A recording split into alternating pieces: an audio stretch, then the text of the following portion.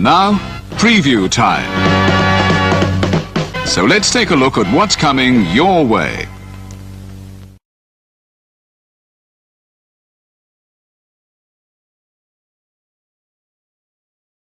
You ever wanted to come into a sports bar where the barkeeps know their game? Well, the Jeff Beecham Network, Multiverse of Media has got a production just for you. Sit down and relax as the Stat Boy and his partner break down the statistics in all things sports. Whether it's football, basketball, motorsports, baseball, hockey, soccer,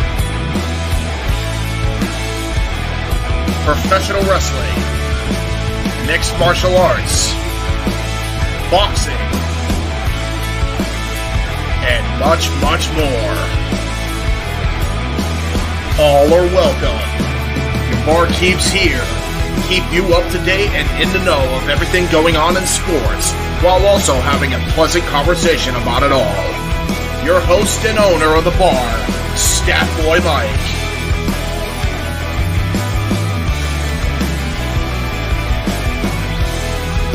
His partner in crime, Dory Lou. And a host of other guests coming in. The food's hot, the seats are warm, the drinks are ice cold, and the sports talk is plentiful. Cassidy 18 Studios presents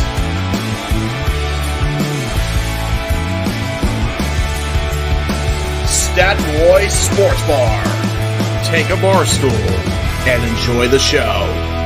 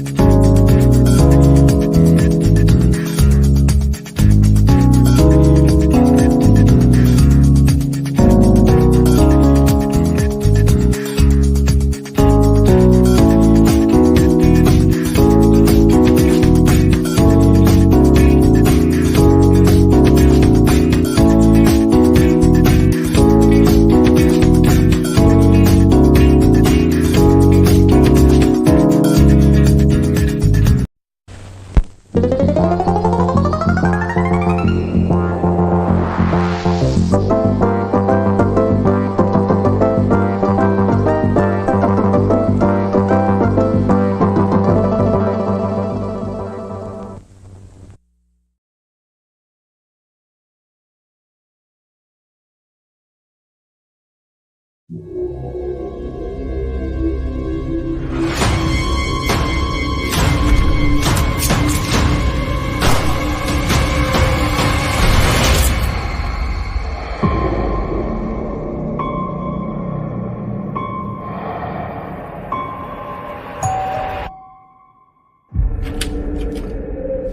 John, thank God. Williams, what the hell are you doing here?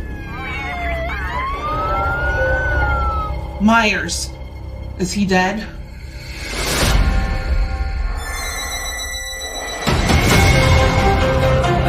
Myers has zero emotion. He has no motives. If he sees, he kills.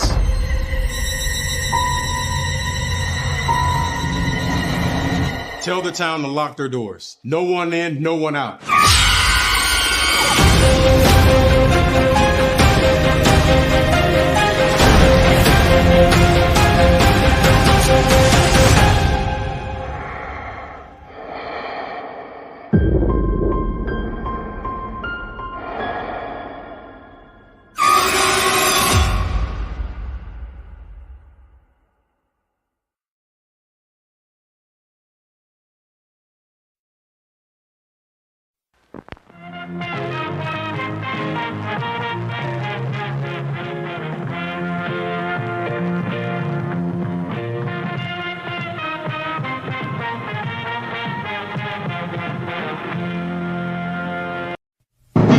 The Jeff Meacham Network's Multiverse of Media.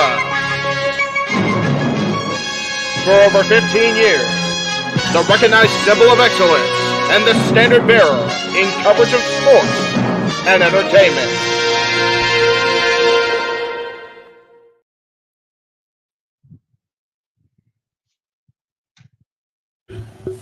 I hear somebody needed a bullshit artist, so the bullshit artist has our knife. So, welcome everyone to the Jeff Meacham Network Multiverse of Media. This is NXT. Walter is here right now. Noah will be here momentarily, and once he is here, I shall do the bow out. And but until then, we'll bullshit. Hi guys. Hi guys. Hi guys. So, what you guys got on tap for the NXT show tonight? I know the first thing was Tia Hell. I think it seems like it's just a talking segment. I don't see a match scheduled for her. Gotcha. Okay. So maybe she's gonna challenge Roxy Perez or make it official. And then I know official. Yeah, make it super official there. You got Ashley Adonis. I don't know if that would pronounce his name right, but yeah, against Aura Menza. Related to Chris Adonis. So they're gonna fight, and then Eddie Thorpe battles Lexus King, which Eddie Thorpe is still employed by NXT. Yeah, all right. He's gonna be going against Lexus King, who's been on a bit of a losing streak. I seen him win a few matches here, but he's one of the ones who crossed over who lost immediately when he debuted. Have you noticed that?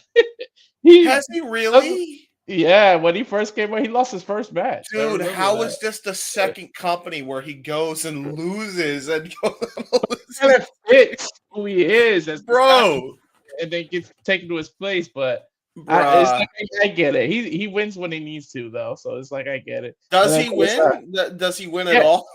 Yeah, he wins, but I know he lost his first few matches. I was like, huh? And then booking. But then you got former partners Josh Briggs and Brooks Jensen. They got a no DQ match. I'm going to assume that's the dang main event. Wait, is that Chase Hughes the main event? No. Josh Briggs and Brooks Jensen, because they've been going at it. Josh Briggs has been in charge of Brooks basically, and the only reason Brooks was allowed to come back into NXT is Ava said that you're responsible for him. So Josh has been trying to keep Brooke in check, and Brooke has been going wild with attacking people backstage, which led to Joe Henry coming into NXT as Trick Williams' partner. So he's been saying, calm down. This is your second chance. You Gotcha. need to Okay. take it easy. And Brooks isn't trying to hear it. So now, like, they got to fight each other again. This is the first time that they fought each other. That So is that's fair. the no DQ match. So that's all that's there. But I'm sure there's going to be a few surprises thrown in there Gotcha. as things heat up for the next pay-per-view for NXT. Yeah. Cool Mhm. beans. All right. Well, it sounds like it's going to be a fun show. For everybody that's watching in the chat, I don't know how many people are watching, but thank you all for tuning in. And again, Noah will be here momentarily. I believe he's going to probably show up at the 11th minute, as he always does, like right before it comes on the air, as he The tends to 11th do. hour. Yes. So he'll be coming in. Once he's in, I'll be bowing out, and then you'll be having Noah and Walter calling the rest of the show. But I was told somebody needs the bullshit, so here's the bullshitter. So that catches everybody up to speed here. Did you, since we're got time to kill, now that you ran down the card pretty effectively, did you see the news clip of the fan that attacked MJF? No, actually, I didn't. Oh, I dude, didn't it's go online so too much funny. today. Oh, it's so Oh, funny, wait, and it's wait, adorable. yeah. You talking about the little kid? Yeah. Yeah. No, it was adorable. Yeah. Oh my god, that was so cute. She gave him like worked punches. It's funny. Yeah, dude, it was so good. I didn't even remember MJF. The fact that Osprey allowed it to happen, like it invited Dude, him. Osprey is like, come on, and then she looks at her dad, and she's like, "Can I?" And the father was like, "Yeah." And then I love the idea is, can I give him the same gesture back? And the father is like, nah, that's where we draw the line. The middle finger is where we draw the line, not as Max put it, domestic terrorism is not where we draw the line. That was fantastic. We did talk about NXT for a little bit, Tommy, but somebody needed the bullshitter, so I'm just trying to make conversation for poor Walter here. People flaked on certain things that are happening, I guess, and Jeff had to be on camera for something else, so unfortunately he can't be here on screen. So I am on screen because I'm master of talking shit and just passing the time. Are you looking forward to the GCW card or what? Yeah, dude. Speaking of which, by the way, folks, something else keeps coming out. Like, yeah, dude. Every day something gets added or something. Yeah, folks. For those who don't know, Walter and I are going to be calling not only the UFC event that's coming up. I believe you said in Manchester, right? That's Manchester. The UFC, yeah, it's in Manchester. Yeah. Leon Edwards versus Bilal Muhammad. So Edward versus I'm gonna butcher that last name. That's gonna be the main event of that show. We're gonna be calling that on Saturday. Sunday, we're gonna be calling GCW Bloodsport once again. That seemed to be very, very well. It was received very well on the Multiverse. And there's a lot of NXT participation in that, and WWE participation in general. The Creed brothers are in separate matches, from what I understand. I know one of them is fighting Matt Wachowski, I believe, who had an impressive showing in the last Bloodsport, from what I remember.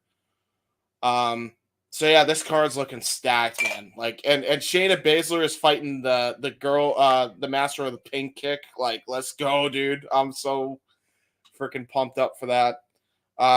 There's a lot of good stuff going on that show. So if you want to see a true Forbidden Door, Bloodsport might be the place to go. I'll be real with you.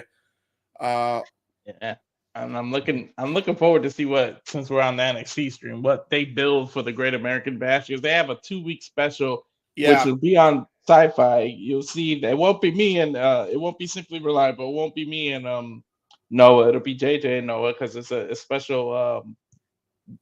Not a PLE, but a special for NXT, so they'll be covering that. But yeah, I'm gonna assume Thea Hall. That's where Thea Hale is gonna get her title shot. Probably win too.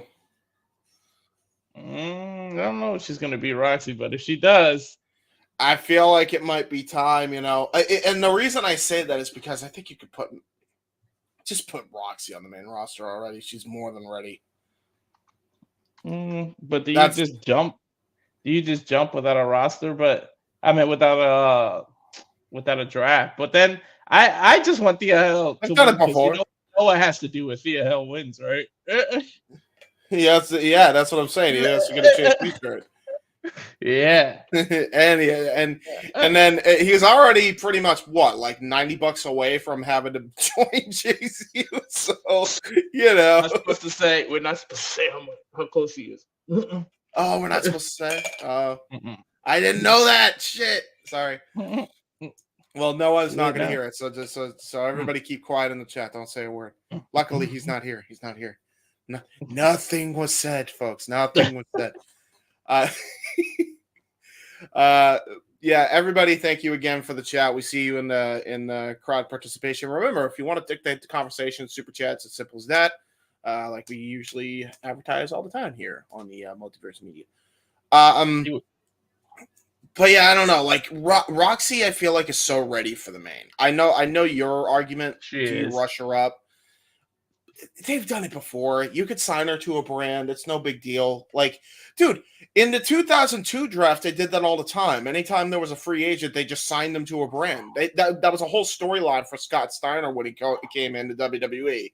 Like, he was like, hey, which brand will I sign to? SmackDown or Raw? And then he ended up choosing Raw after very weird segments with Stephanie that I'd rather not talk about now under recent. No, he had that segment as a matter of fact in the SummerSlam. Wasn't it SummerSlam where he interrupted Chris Nowinski and Matt Hardy and he said, "Give me the effing mic." It would have been Survivor Series, though, too. Yeah, Survivor Series. Yeah. That was unfortunately the most over he was ever going to be in the WWE at that point, which makes me sad. Yeah, and then he revived his career in TNA. I think Roxanne will do okay on SmackDown, the main roster, but I want to see the streak go a little longer, but we'll see what happens with her. I mean, I'm liking this whole side of her. This is like a whole resurgence, way different than her first run. Her second run has been a complete 180. Like to see her go heel like this and digging in. I want something unprecedented to happen. I really want some like a TNA person to win a WWE title and vice versa.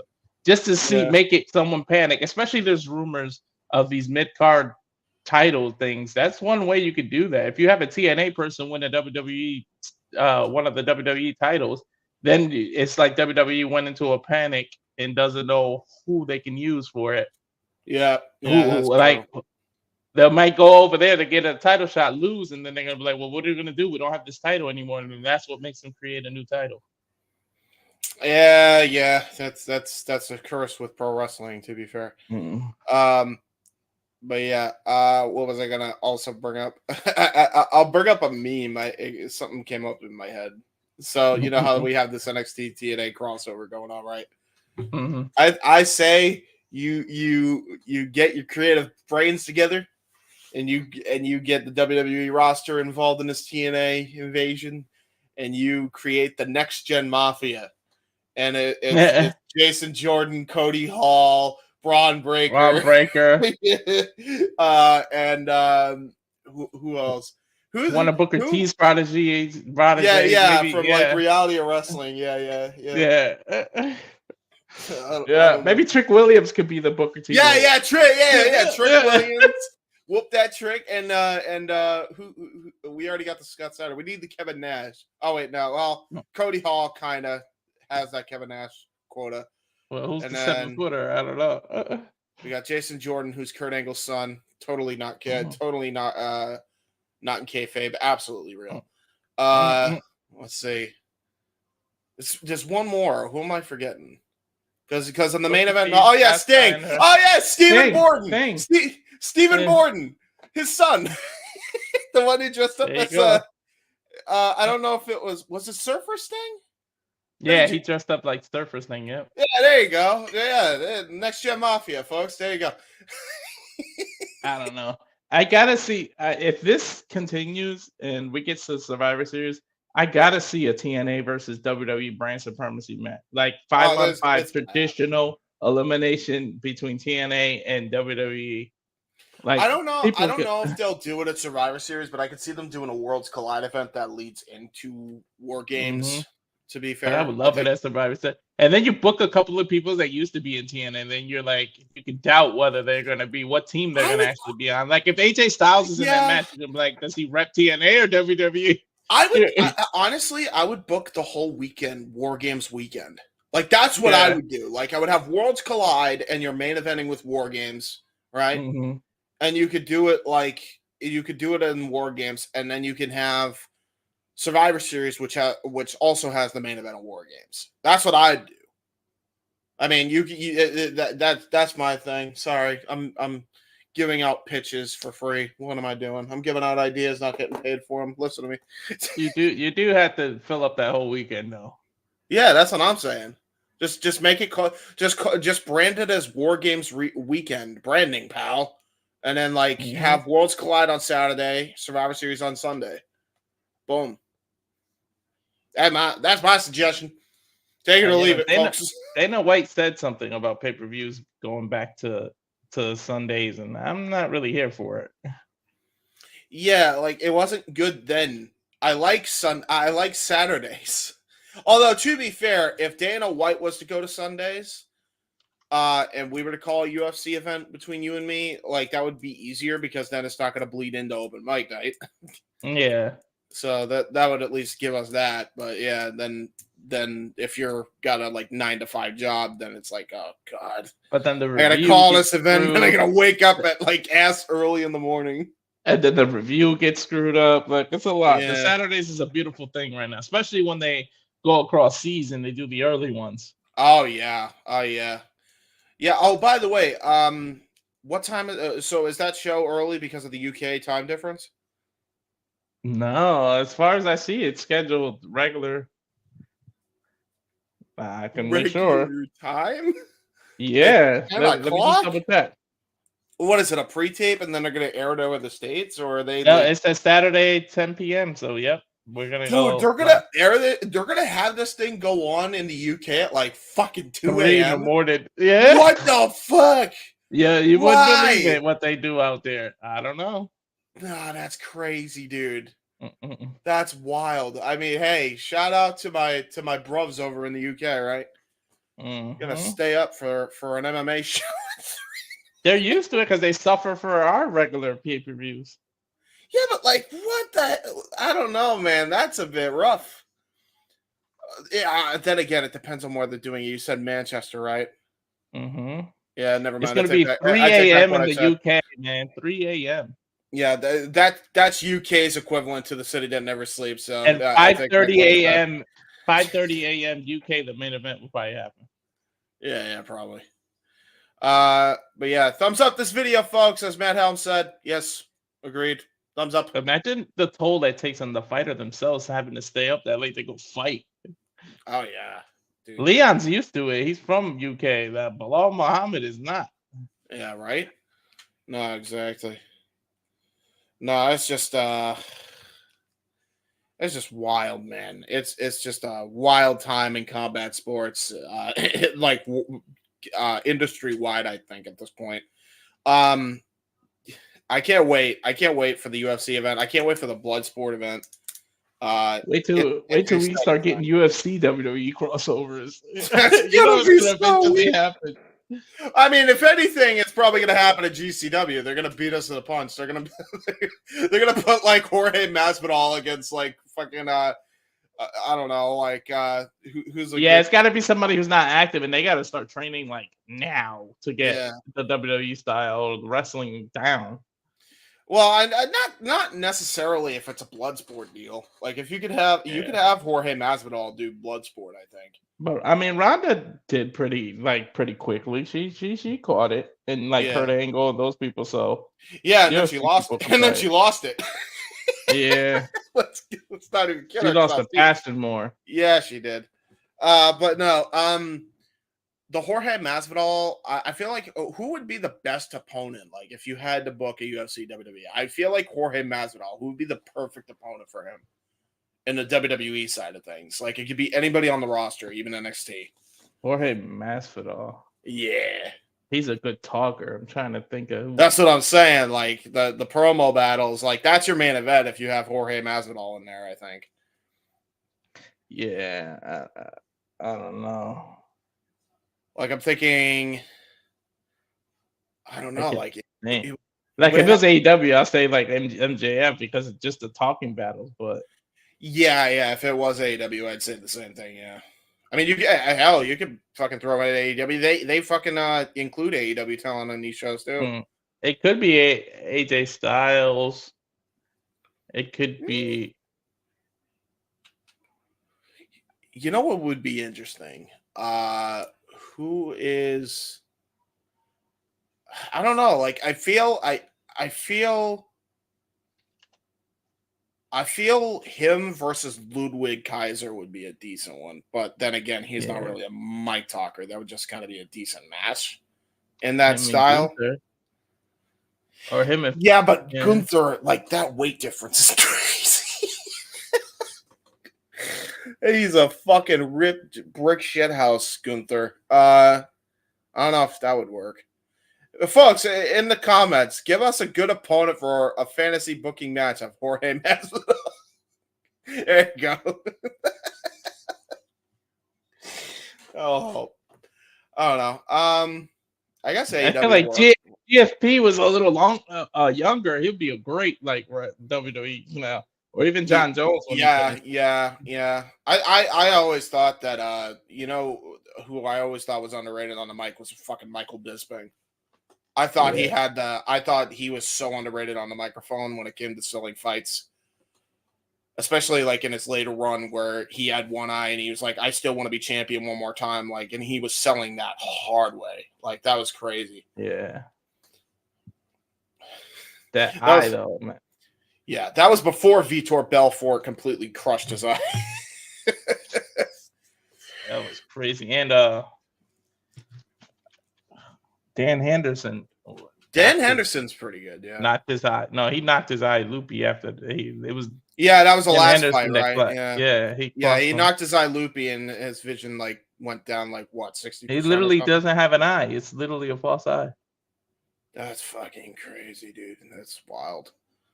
Yeah, man. So yeah, folks, we're all over the topics here. Again, I'm if you're just joining us, I'm bullshitting until Noah can get himself in here, and then You want us to talk about specific things, super chat.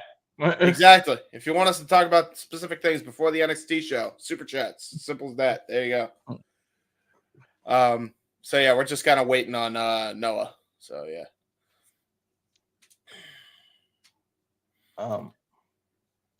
Anybody you got in mind for the Jorge or the? I can't tell you right now who's a good talker on the main roster. Like if it was back in the day, you would. Like it'd be like an Undertaker or something because how I feel like would be the best opponent for Jorge. I think just because of their history, I feel like Moxley would be. Yeah, just because they have a pretty tight knit friendship backstage, from what I understand. So I feel like Moxley and Masvidal would be good. Yeah, I mean they have Mox has a jiu-jitsu background, and then you have Jorge Masvidal. I think he's maybe Cena. Because at least Cena can't keep up with him on the mic. It's just the fighting. He can keep up. He can keep up with him on the mic. Except the problem. The fighting is the problem. He would get destroyed even in a work shoot. Like, come on. I don't know. Maybe not. Maybe I'm underselling it. But to be fair, he has done a lot of action movies that require knowing some form of martial arts. So maybe that's not entirely correct. But yeah, well, I guess we'll see, right? I guess. And then I would love to see Nate Diaz in the WWE. Nate would be. They couldn't control his mouth. Though. There's no way. There's no way. Unless it's on Netflix and they let him curse. Yes, that's the only way. Like if Netflix lets people curse on Raw, he would have to be a Raw lifer. Like he would have to be a Raw lifer. Nate Diaz is unhinged. Oh God! And no drug test because he'll fail every single one. You have to give the same exception you gave Matt Riddle. Yeah. I would pay lots of money to see a live Will Ospreay and Logan Paul feud. You know what? Yeah. I wouldn't have said that months ago, but now after seeing how Logan's done and Ospreay's done, it's been crazy. Okay. Hey. There we go. All right. So, Noah, I was bullshitting until you got here. So, now that you got here, I will bid y'all a fine adieu. I hope y'all enjoy NXT this episode. You know, special. It's not a special, but it's NXT. Enjoy. And Jay Hebertside 95. Jay Hebertside, after you watch this live. Peace out, everyone. And enjoy the call, folks. Back on the rails. Back on the regular train. I must have missed a whole lot, or I missed nothing of importance. That being said, Walter, good to see you, and hello, everybody, and welcome once again to Multiverse. Me, I've now already been introduced to you. I'm Noah Foster. He is Walter Cruz. We are super reliable, and because you people asked for it, we're giving you another week of NXTNA, where we call both NXT and TNA. There's a few things on the docket tonight, but before we get into that, thank you everybody for tuning in. Please subscribe, comment, and tell a friend. Appreciate all you. You make it possible. And if you want to dictate the conversation, don't need to dictate. Casting Studios, Championship Network, Greg Cherry Brand, Super Chat, as simple as that. Walter, good to see you once again. How are you? Good. How's it going? It's hot. I'm tired. Yeah. And I literally just woke up 2 minutes ago. My brother was working outside at 107-degree weather. So I know how bad it is. But yeah, we got a few things. I guess Thea Hale seems like she's gonna be talking. So I guess maybe the official challenge of Roxanne. Are they gonna make it official? And then if she wins, you know what you gotta do.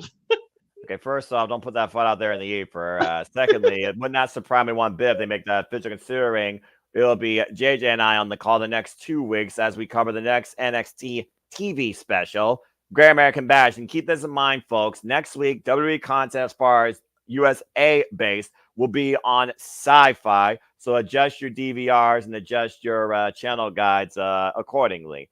But that being said, yeah, I mean, Thea Hale, again, she'd been to the dance once before. Tapped out Tiffany Stratton nearly until her professor said that she couldn't get out of a submission that Tiffany had her in. And she has been a long road of self-recovery, redemption, and confidence. And once again, finding herself for chase you and not becoming toxic. So much so to the point that she now finds herself with this opportunity where Roxanne Perez was the bubbly rising prodigy, has ascended to absolute promise on her own selfish terms. Now Thea Hale looks to finally show Roxanne what she once was and that she can actually win the big one. So we'll see soon enough what this exclusive interview brings. The Women's Primary was made official for next week because I honestly wonder if they're going to do both the NXT Women's and NXT Championships match in the same week or in back-to-back weeks, like one main event's one week, the other main event's the other week. Also, we got Brooks Jensen versus Josh Briggs running it back. This time, no disqualification. Why Brooks Jensen said he doesn't need Josh Briggs. Josh Briggs saying, "You're my responsibility. I stuck my neck out for you, and you are wasting this opportunity." So now he's given the opportunity to beat the crap off him. So Ava literally put Josh in charge of Brooks, and now they end up having a fight. Yeah, about to say, I don't know again then we got Eddie Thorpe versus Lexus King after he crashed the DJ party and stopped the music. So we'll see who gets the better of each other tonight in what feels like just a regular old grudge match. We got Ashante the Adonis making his NXT debut, taking on Ora Menza, who might be the next one to challenge the All Eagle era. All Eagle for Page, since he showed that he could actually keep the champ down for a 3 count. You wonder if Page is going to be watching the 9 and send his own painful statement. And last but not least, we also have Winston Clare proving herself towards North Dakota Ketchuk in one-on-one action, and that's what's known so far on the docket. So again, it's very simply put, TV wrestling. Simple as that. But you all wanted it, you're getting it. Another week of NXT and Curse Jim and Brothers and me, and we're happy to oblige. So that being said, Walter, anything else you want to add with what may happen tonight? You never know what surprises they got in store. I can say that. Well, we didn't expect a certain commentator to come last week, so that's true. And as the saying goes, you never know what may happen on a Tuesday night, even though it's more unpredictable on a Thursday night. Of course, we'll be covering the Fallout Summiversary this Thursday, folks, with TNA Impact. But that being said, as we have the stars aligning once again, where we remind ourselves WWE truly with us is then now, forever. And of course, we're all in this together. Walter, JMN Multiverse Media, let's do this. Matt, Daniel, Hassan, good to see you. Chris Lair. And there you see Alexis or Mercedes-Benz rolling up. And look who's here. Nope. Again, Trick Williams, who's been trying to find his way back towards the NXT Championship, but looking for advice and guidance. He just randomly drives with no shirt. And right now, Sid Alexander wondering what Trick's doing. I want Ethan Page, he says.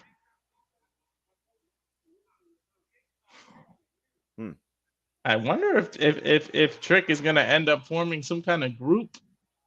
I mean, they're straight for numbers, but for now, he's wasting no time. We're kicking things up with the former NXT champion. Looks like he's got something to say. I get. Oh, Jesus. Even without the championship. Oh, yeah, man. Even without the championship, you can't help but whoop that Trick, can you, Walter?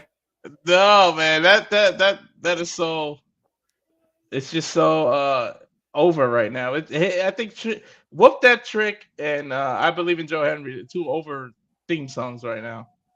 That's probably a fair point. Well, let's hear what's on the former champion's mind. Definitely looking to whoop that Trick. What sort of trick he's looking to whoop ahead of Great American Bash? All right, let's talk about it. That promo here. This loser's tire hasn't been the same. Lost a piece of himself. Taught some OGs. All that one thing. Ethan Page. You're going to see me again. You know it's serious when they remove the sunglasses. Well, considering I'm an individual that tends to do that myself, just with these at times, when you want my ranty comments, I can understand where you're coming from. Oh, wait a minute. Instead of Alexander now coming in. Said Alexander, who just literally came down to NXT, a former cruiserweight champion.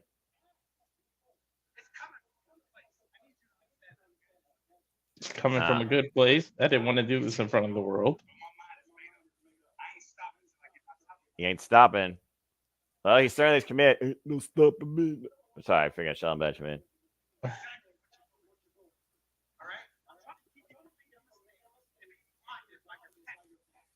Being blinded by your passion. So blind, you obviously can't see it. Oh, here we go. This is getting a bit clouded here. Here comes a shot to the Adonis. One of these interrupt everybody section. And someone tells me we're going to have a triple threat number one contenders match. Finally, back to SmackDown. Well, it wasn't like he was doing anything there in the first place.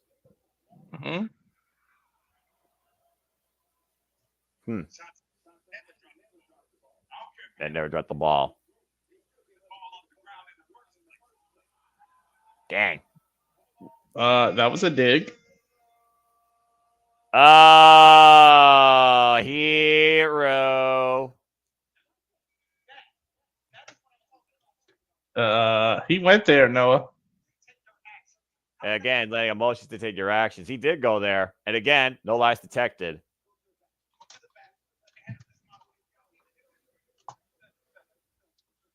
This is either a new beef or some kind of formation of a new version of some kind of group. He's in third place right now.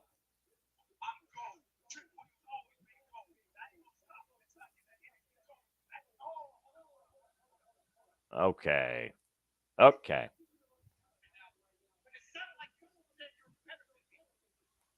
Oh, well, here we go. Trying to be respectful. I mean, again, Cedric is also the newcomer, so honestly, Cedric is kind of beneath Trick Williams. He came down back to NXT. And unlike these two gentlemen, Trick Williams actually won the big one. Trick is head and shoulders above both of them, and I don't mean just height.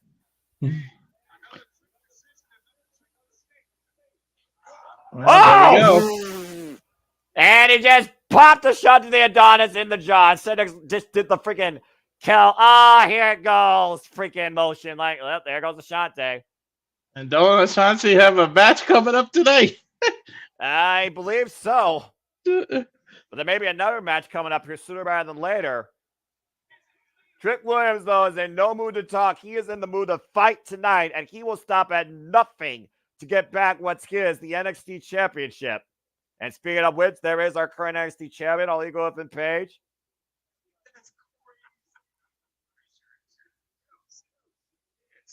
Being out by, don't know who these two are.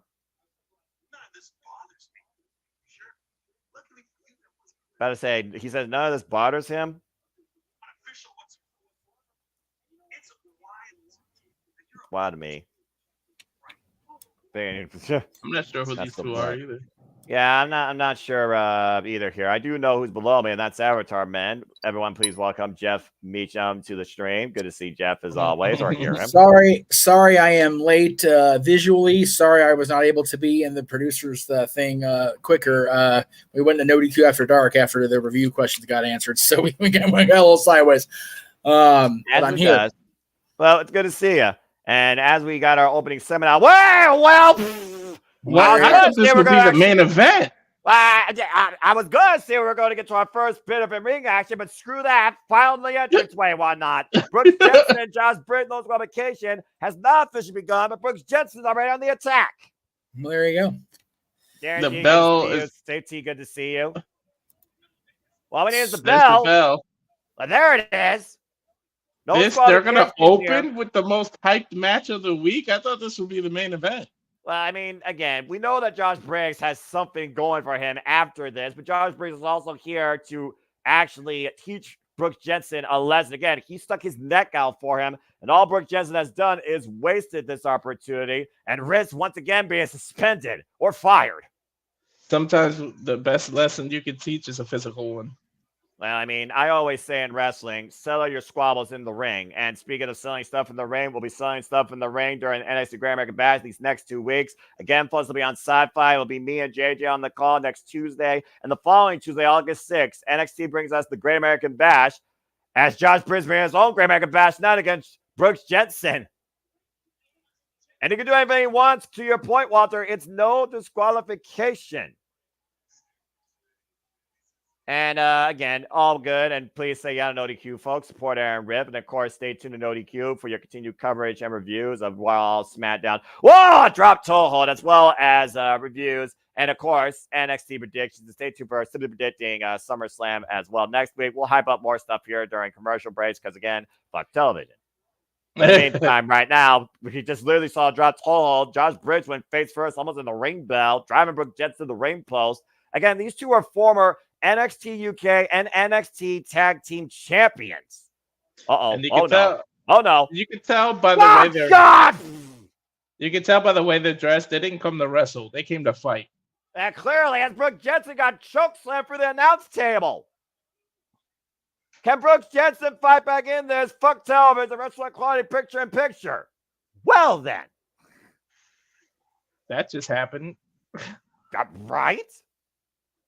And freaking how fitting. I got a trailer for some dumb lame brain thing called Fall Guy, and literally Brooks Jensen was the Fall Guy for the announce table up a chokeslam by Josh Briggs. I'm just going to segue all this shit tonight. Fuck it. Brooks is still down. He's barely moving. Well, I mean, again, you figure about the veracity behind that chokeslam. He played to that boy. And Josh Briggs, again, furious, coming off the fact that he lost the NXT North American Championship in a triple threat match against Dijak and Obafemi, who's still the ruler of NXT. And figuring about Great American Bash, we got to wonder who's going to try and oppose the ruler next. If either of them have their way, they might not make it to Bloodsport. Yeah, I'm about to say.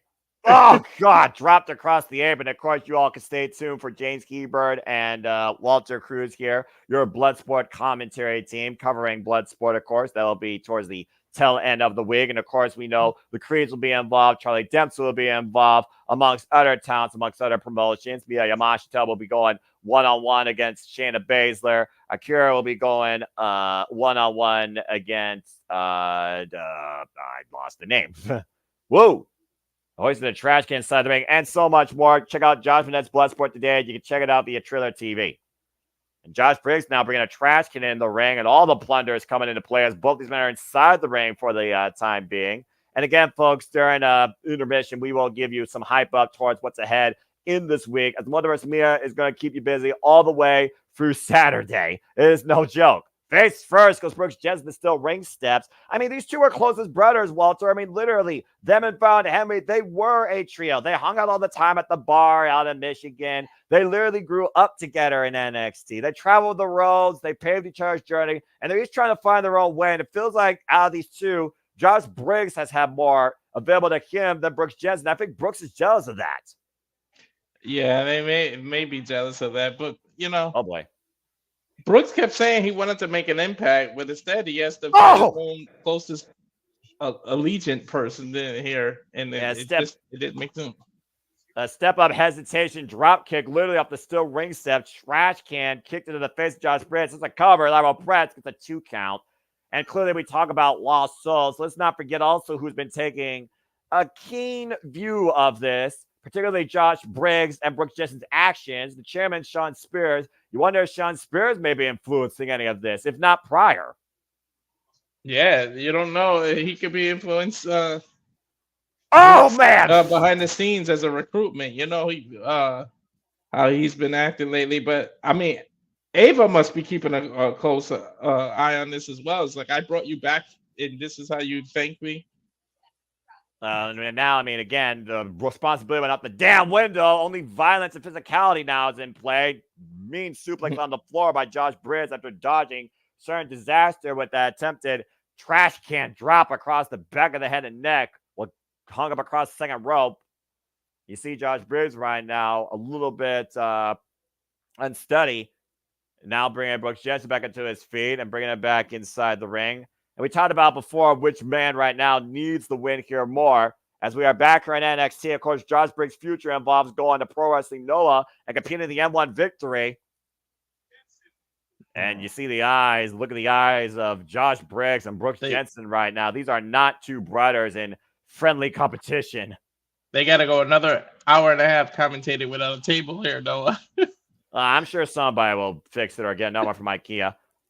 Clothesline by Brooks Jensen drives Josh Briggs, and as he fell, his head hit the the top of that announce table bit, and now looks like Brooks Jensen catapulting Josh Briggs face first into that part of the announce table header.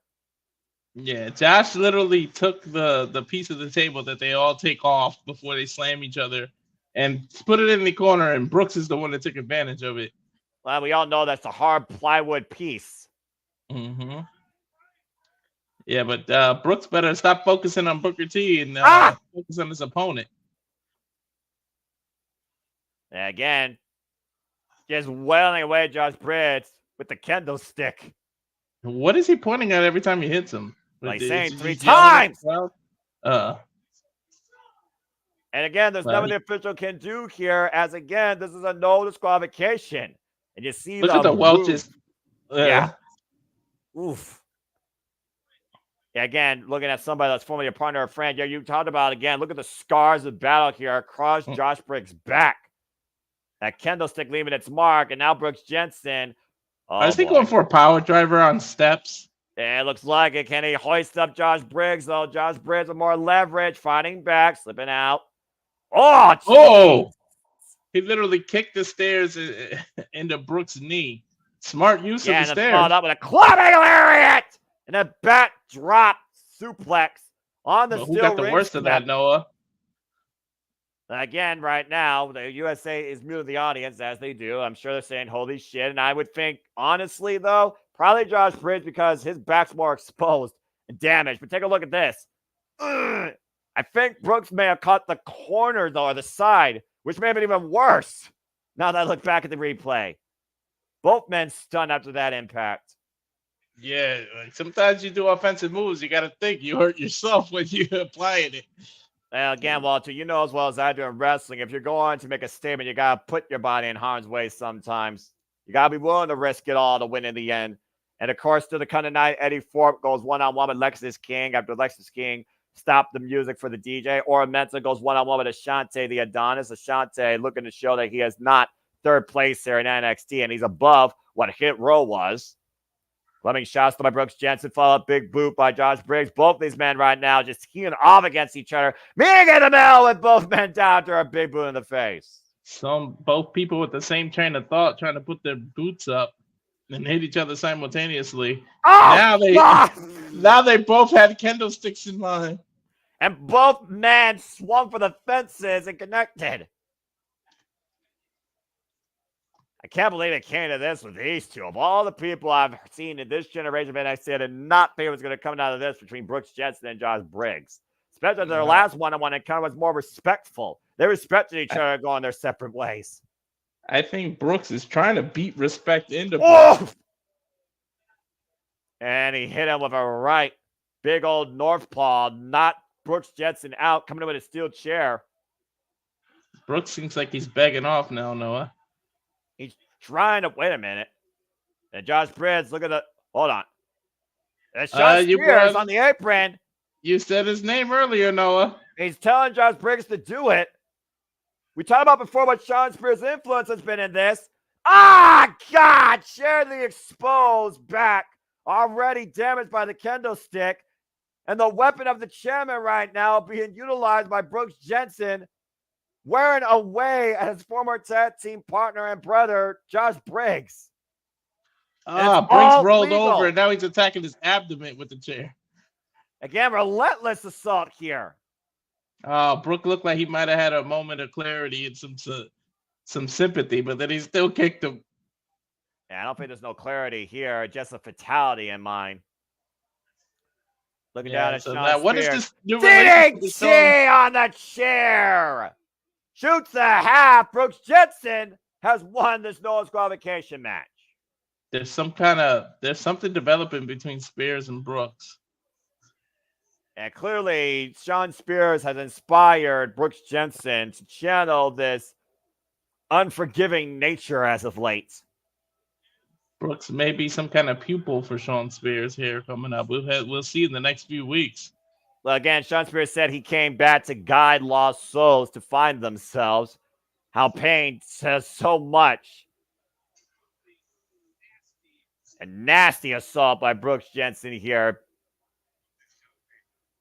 And I don't know what's going through the mind of Brooks Jensen right now, but clearly Sean Spears supports it. Josh Briggs left broken and defeated and a little bit surprised. Go backstage now to one of half our NXT tag team, or excuse me, both our NXT tag team champions. And the Rascals in full. What's this about? Well, considering the Rascals did win a trios match last week, they won a trios match Slammiversary, and Zachary Wentz and Wesley are former NXT tag team champions, while Zachary Wentz and Trey Miguel are former TNA tag team champions. I'm not saying long, but we may have a tag team match on our hands, players. You might get to be able to call that a Great American Bash with JJ. Hey. I mean, it could. Or it could happen tonight. But I say it's two of them, three of the.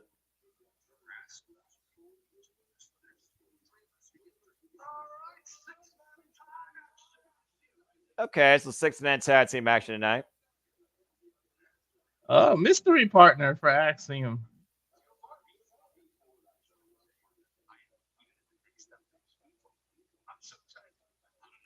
Axiom apparently is in the WWE Speed Tournament. I guess that's an accomplishment. I think that's a demotion, honestly.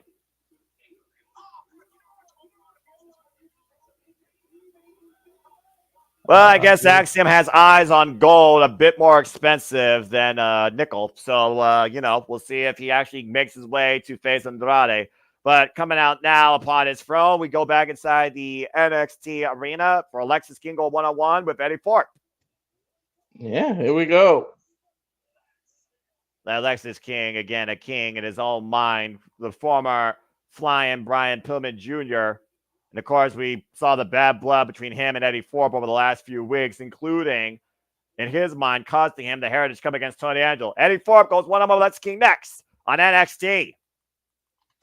Well, as we got a full commercial, I just want to once again remind you all that next week, your content from WWE on USA Network for Monday Night Raw and NXT will be on Sci-Fi. Please check your channel guides and adjust your DVRs accordingly. And of course, we'll be covering so much here this week in the multiverse of media, as we're going to be on your screens virtually through the day, through Saturday. Tonight, we bring you NXT. And of course, the multiverse of media has so much more to come. Tomorrow, you get Luck of the Draw, courtesy of the Greg Cherry Show. It's a special edition, Wednesday, July 23rd, 7 p.m. Standard Time, 4 p.m. Pacific. And then we immediately shift into AEW's most dangerous environment as they bring us Blood and Guts. And that'll be tomorrow night, Wednesday, July 24th, 7:30 p.m. Standard Time, 4:30 p.m. Pacific. We'll then shift gears, of course, Thursday night into the dads. Not always on wrestling, but on wrestling this time. Talk about the top 10 to hold both, keyword, both championships, not at the same time, but to hold both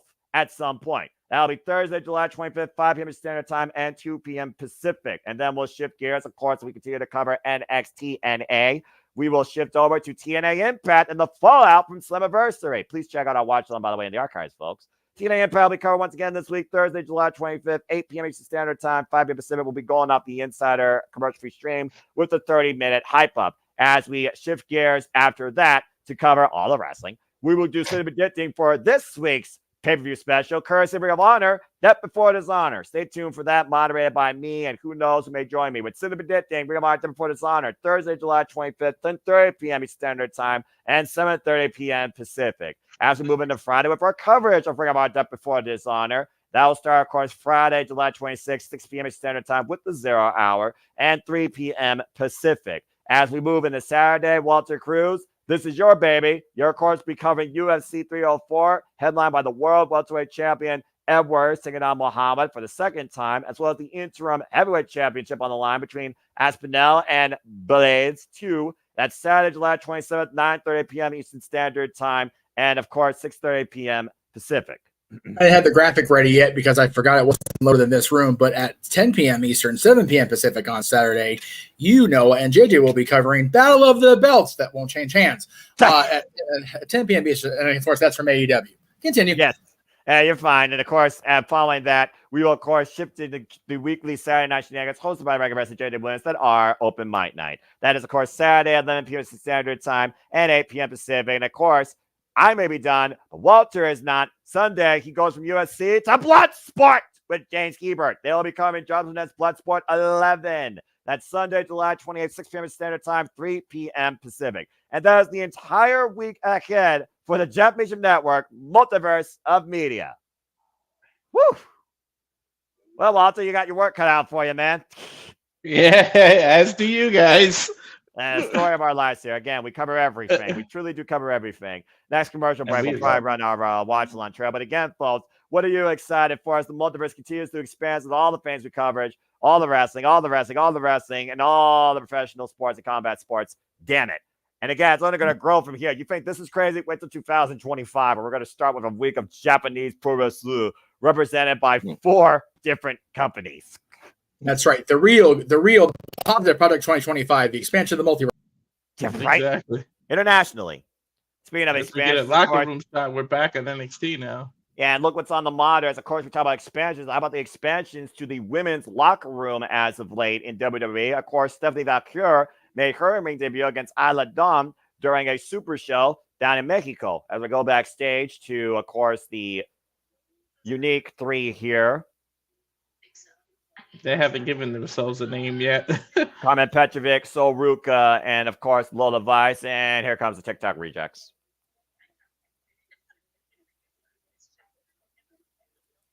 And it looks like right now we might be wondering who's going to lobby for the women's tag team championships. In case y'all forgot, yeah, those are still a thing. Yeah, I know, right? They haven't been defended or showcased or in a match since Clash of the Castle. Yeah, I remember that too. Pepperidge Farm remembers as well. Good cookies. Of course, Isla Dawn and Alba Fire still hold those titles. And honestly, amongst these women, you might be looking at future challengers.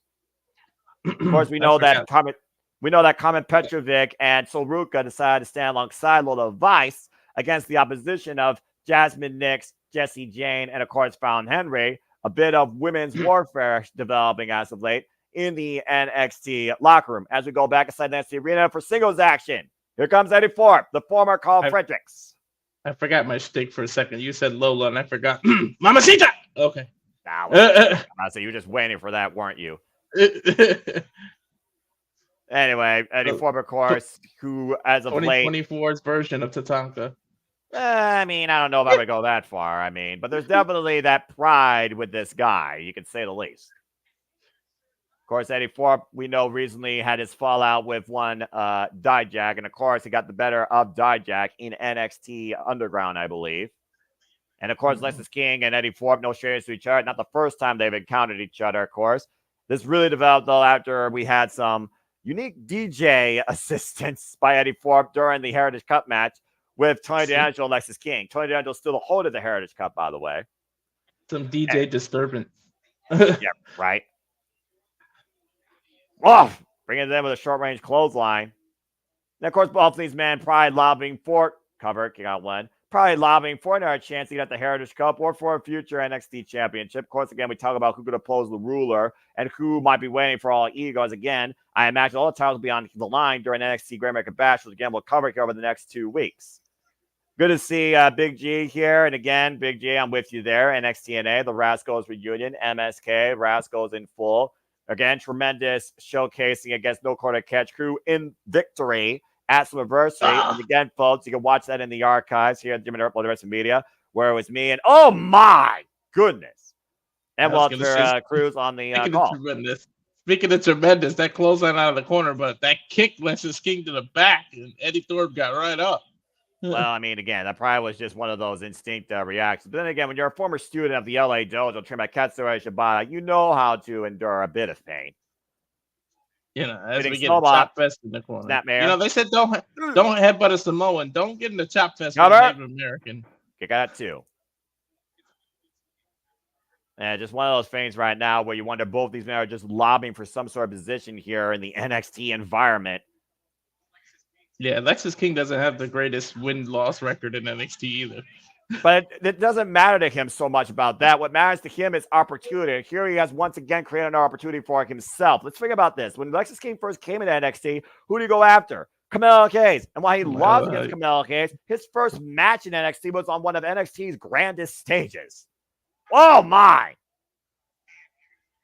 Big kick the way he wanted it. And right now, front face like Eddie Thorpe looking to hoist up Lexis King. Lexis King able to scout it, though. Catches him with a super kick. Takes Eddie Thorpe down to his knees. And now might be looking. Too. Bam! Clubbing lariat back of the head. He literally just ran over Thorpe with a knee. Oh, boy. Looking for the coordination. Eddie Thorpe able to scout it, though. Front face lock. Implant DDT covered to Eddie Thorpe with the win, Alexis King. Well, that just happened all of a sudden.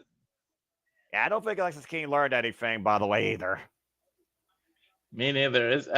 I just noticed Thorpe has a knee brace, so that could have been a target. Is that possibly just the way his pads is, or is that a knee brace? I'm not sure, but I do know this. Eddie Thorpe was able to drop the needle on Lexis King, literally making sure to stop him down his tracks. Beautiful Imperial DDT. His own version of the execution. And, of course, the glorious DDT done by Bobby Roode, former NXT champion. Mm-hmm. Well, that's certainly right. Oh, no! Lexis King is not done. Well, I fear Lexis King is going to be a sore loser after this. I mean, again, he blames Eddie Thorpe for costing the Heritage Cup, and he just lost against this man in one-on-one action. He may have lost the match, but he's going to be the guy that leaves here on his own 2 feet with the statement if he has his way. Uh-oh. Oh, no. Eddie Thorpe's arm brace against the steel ring steps and the ring post here. I just said he had a knee brace. Now he's going to need a cast for the arm pretty soon if Lexis okay, don't do that. Oh, man! He literally just, folks who are not watching, he had Eddie Thorpe's hands trapped and he hit him with the scepter.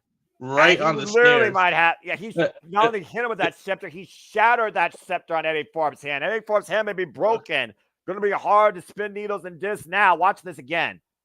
Mm-hmm. Great. Oh, we're sure that Lexus King isn't jealous, though, of Eddie Forbes' success and connection with the NXT universe, right? He's jealous, all right. Well, we switch gears to go to the back with Trick Williams getting interviewed. And Kelly Kincaid, the former Queen McKay of Ring of Honor. Oh, look who's sitting in the background. Is that Pete Dunne? That's Pete Dunne, the former second longest reigning NXT UK champion. Pete Dunne is just everywhere. He's in beef with Sheamus. He keeps popping up at NXT.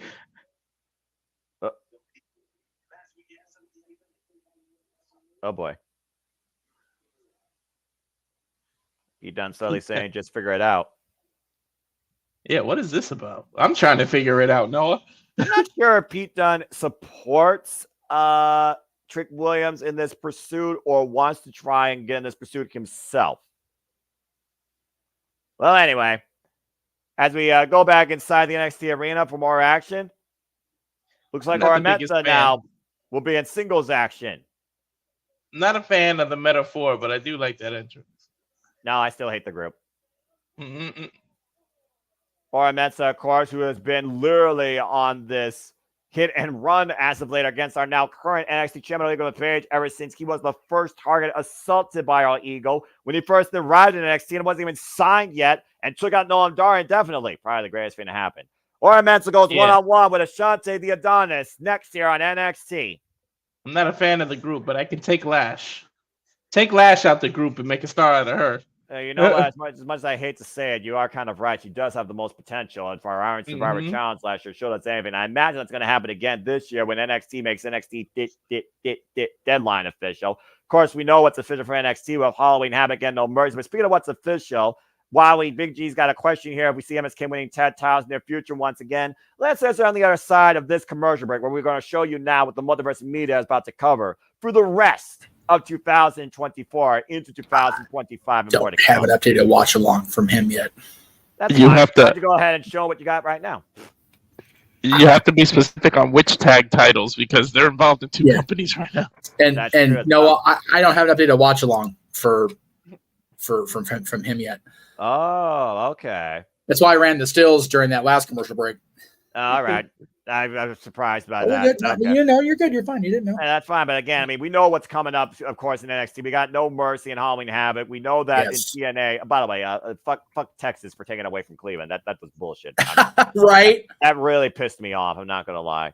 Of course, we got Emergence and Victory Road. We still don't know the date for Bound for Glory. We know, though, we got Turning Point. And apparently, according to TNA's website, Final Resolution now has a date as well in December. Yes.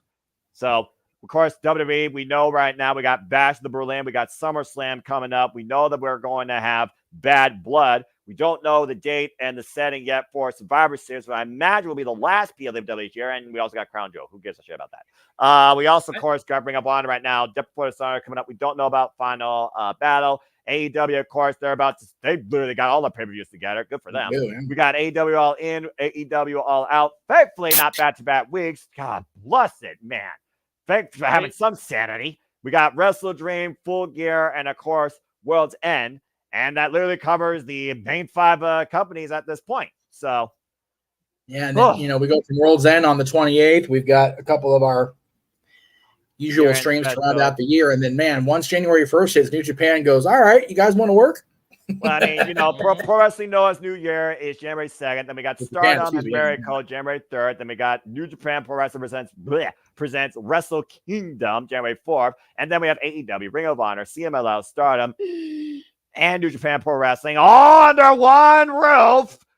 Bringing us Wrestle Dynasty January 5th from the Tokyo Dome. And then we got New Year's Dash on January 6th. And we still got some UFCs coming in November. John Jones versus Stipe Miocic.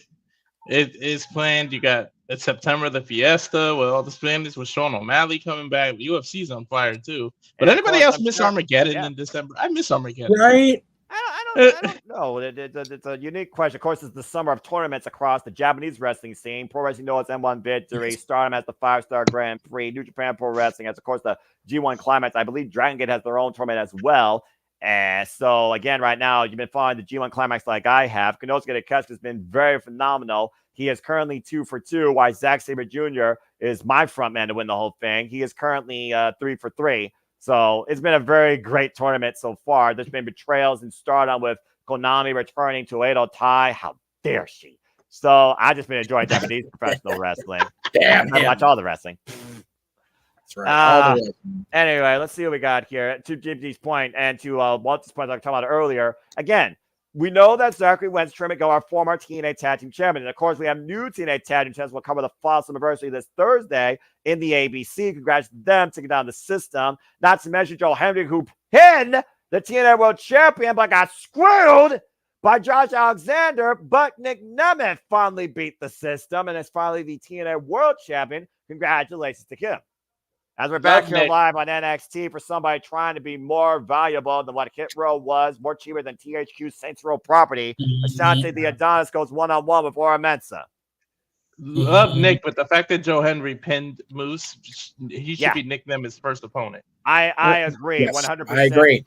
Someone tell me Moose is going to be back, though, for his rematch, one way or another.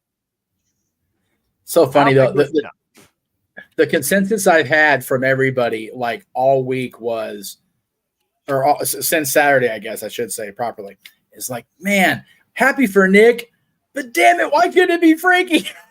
It's not Frankie's time. It's not Frankie's time. Like I said, Frankie has yet to win the big one, and he hasn't found the right opportunity, the right stage, or the right opponent to do it. He couldn't do it against Josh Alexander. He couldn't do it against Nick Nemeth. Who knows when that man there will be actually the king of TNA? Because until he actually wears that crown literally around his waist, that is no king of mine. But still an incredible effort. And then what a pay-per-view, by the way. That is one of my top show.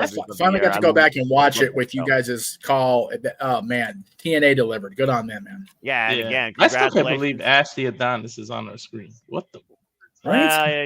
You know, it is what it is with this match. That's more filler than your, bargain bin jobber match on Explosion. Oh, than a Hollywood star's lips. More filler than that. Well, honestly, that's probably more entertaining than this. Up and over or Mets on the apron. I mean, this is the guy that I once called a mouth disease, and the jury's still out on that. Oh, whoa, we got hung up. Yeah, he got hung up big time, and it also made official later tonight. Trick Williams goes one-on-one with Cedric Alexander. Should be a much more competitive match there with the former NXT champion, the former NXT Cruiserweight champion.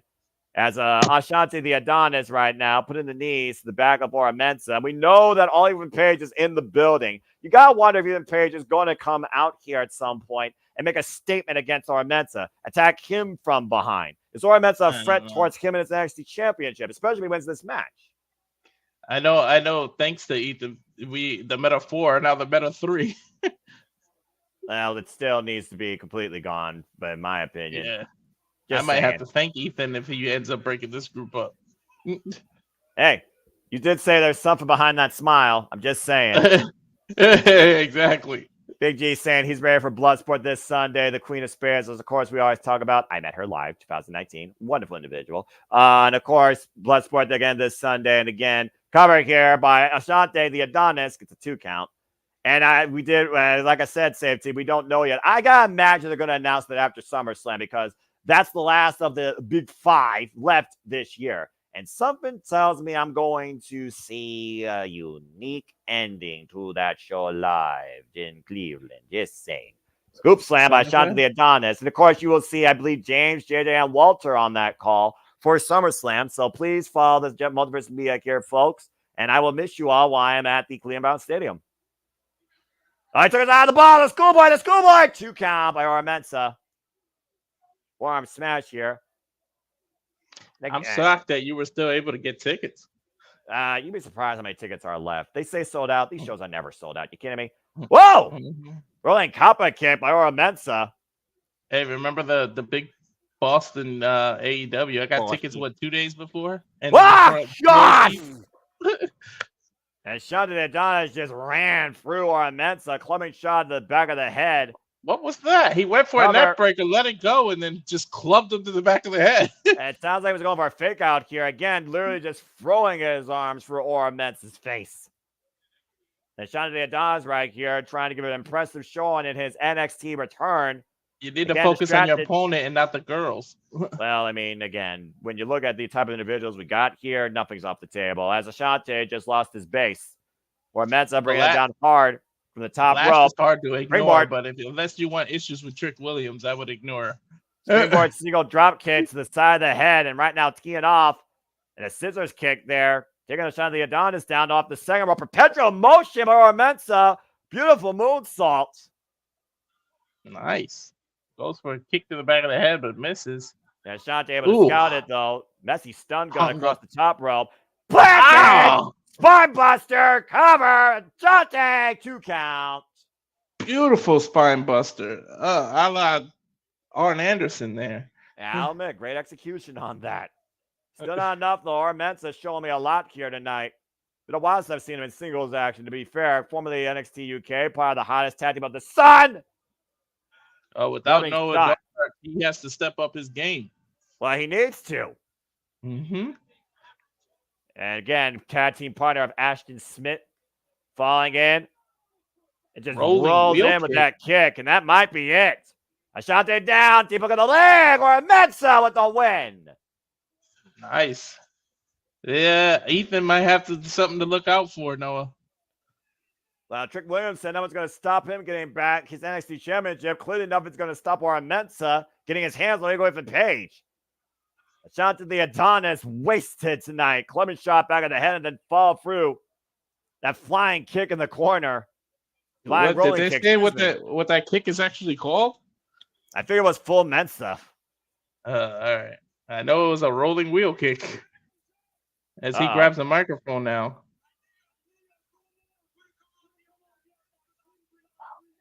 I can't take him serious when he talks. It's just something about the accent.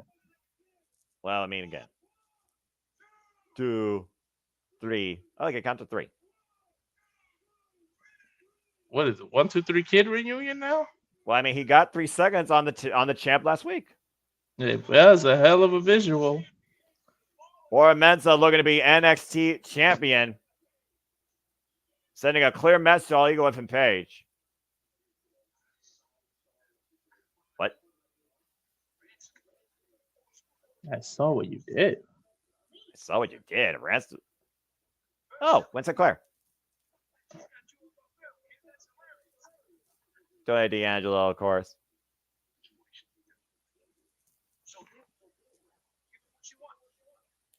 Yeah, give the woman what she wants. What is it she wants? She wants to be part of the No Quarter Catch crew. Mm-hmm.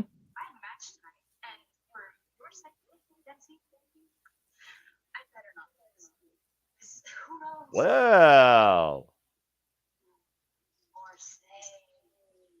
Winston Clare might knows what? Dirty laundry if she loses tonight.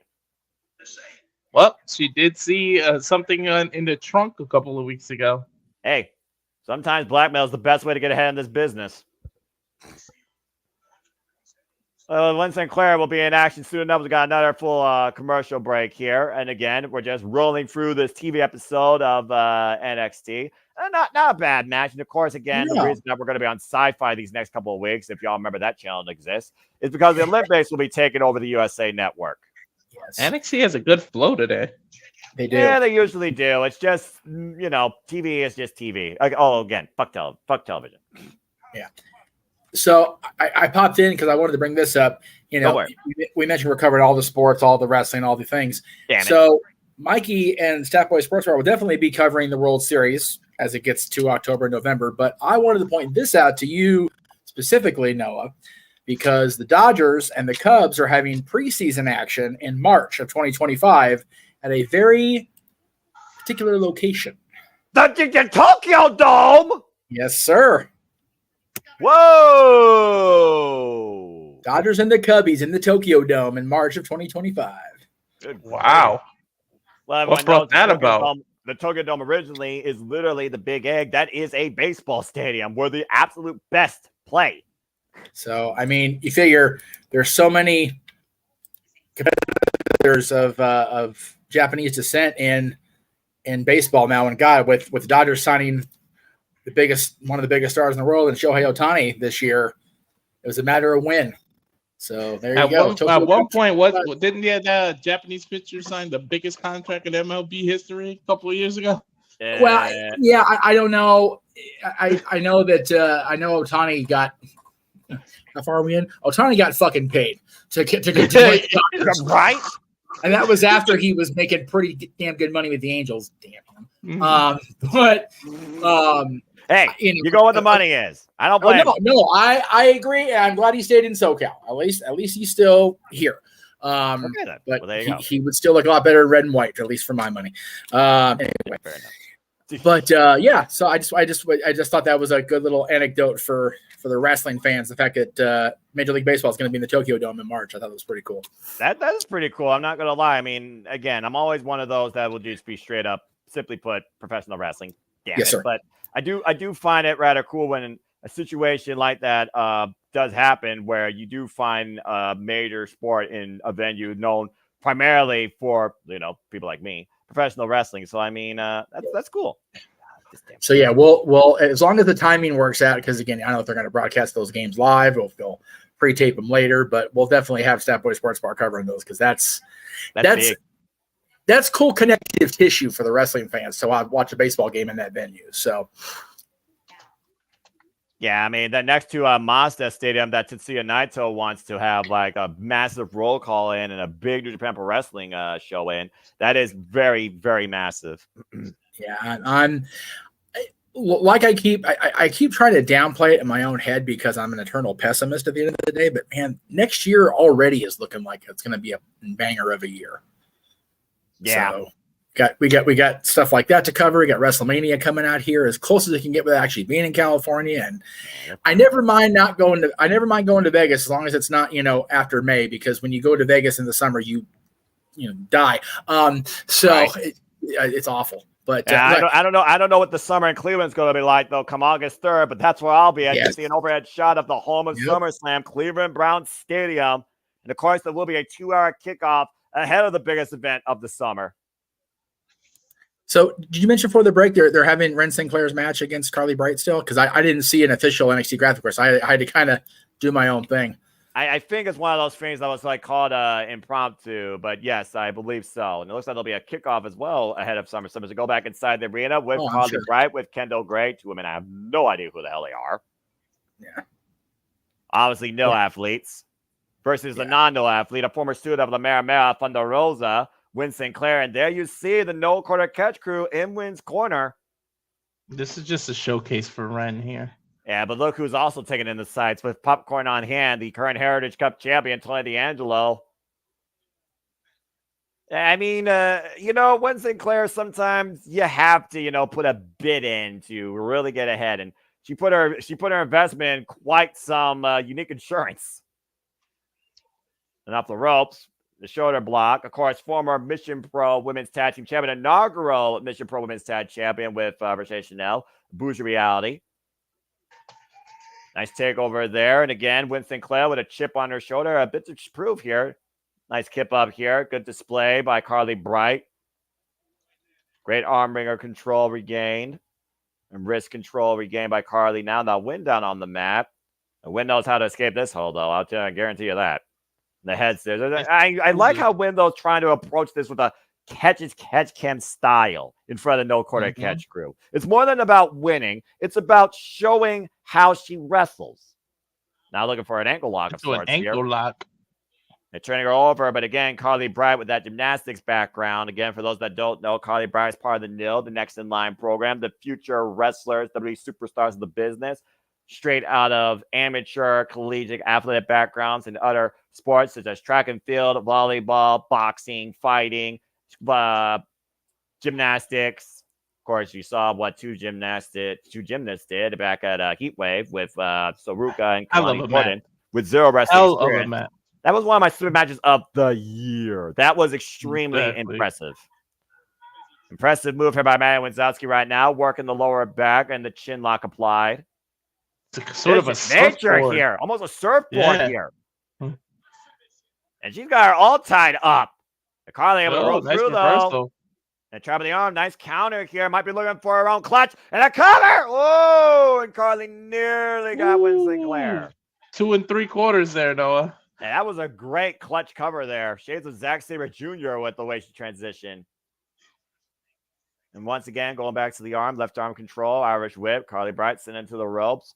Still to come to 9 in tag team matching. Common Pettifer and Soruka go up against Last Legend and Carl Jackson. Each team putting their bid towards maybe challenging for the WWE Women's Tag Team Championships. And again, we talked about the action in this women's division heating up. Trios, turmoil, warfare developing.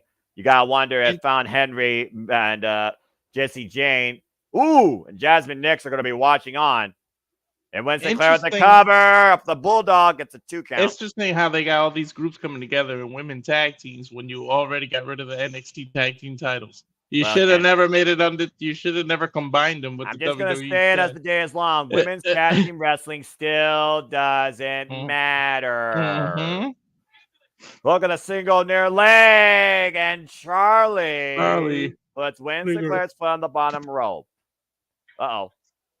I mean, I saw it. It clearly missed. Whoa! She just threw Miles board. Like he didn't weigh anything. Rolled through by Carly. Driven off, though. Can we get a replay of that? She literally threw him like he did nothing. Got again. Wow, Kendall, impressive. All right, Carly, though, back at the 2 women inside the ring. Carly, though, unable to miss. Schoolgirl, trapped by Win. Extra leverage by Charlie Dempsey. Win Sinclair with the victory. Dempsey put her hands on the small of her back for extra leverage.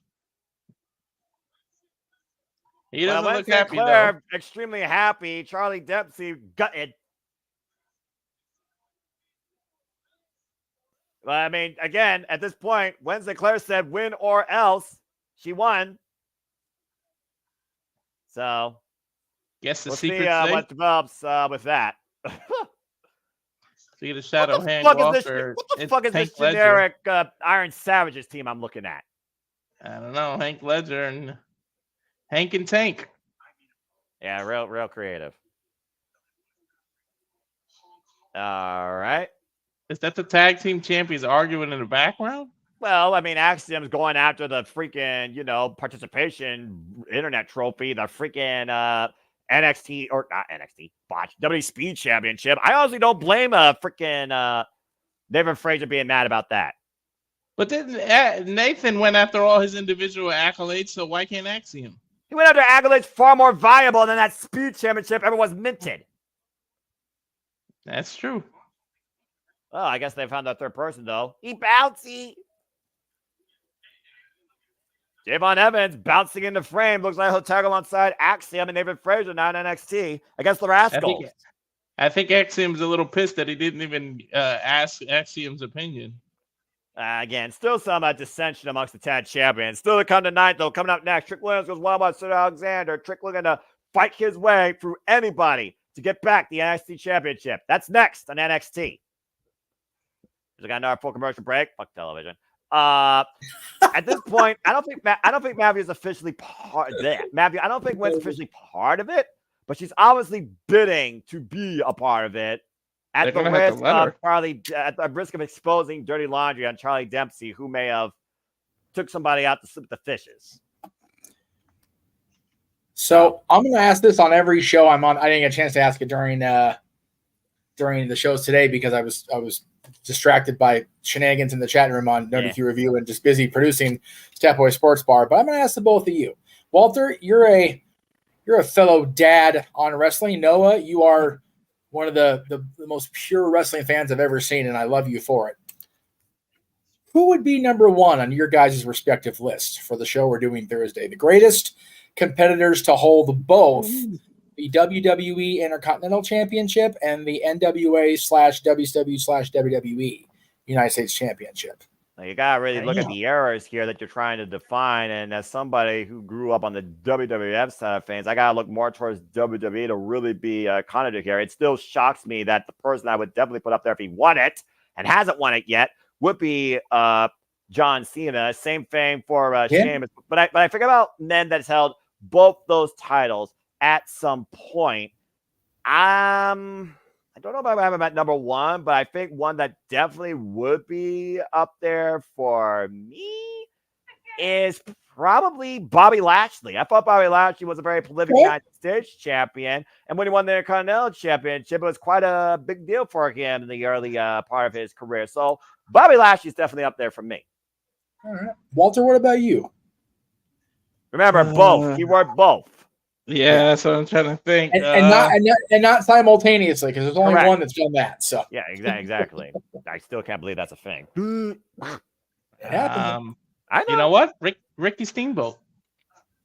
Ricky Steamboat was one I was considering. Absolutely. He had the that's NWA cool. version of the U.S. title, didn't he? Yes, he did. He did. And actually, Ricky was also WWS champion in 1994. He beat Sunny Steve.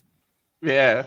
So, Matthew, I think, is not understanding the question. They have to have held both. Yes. Yeah.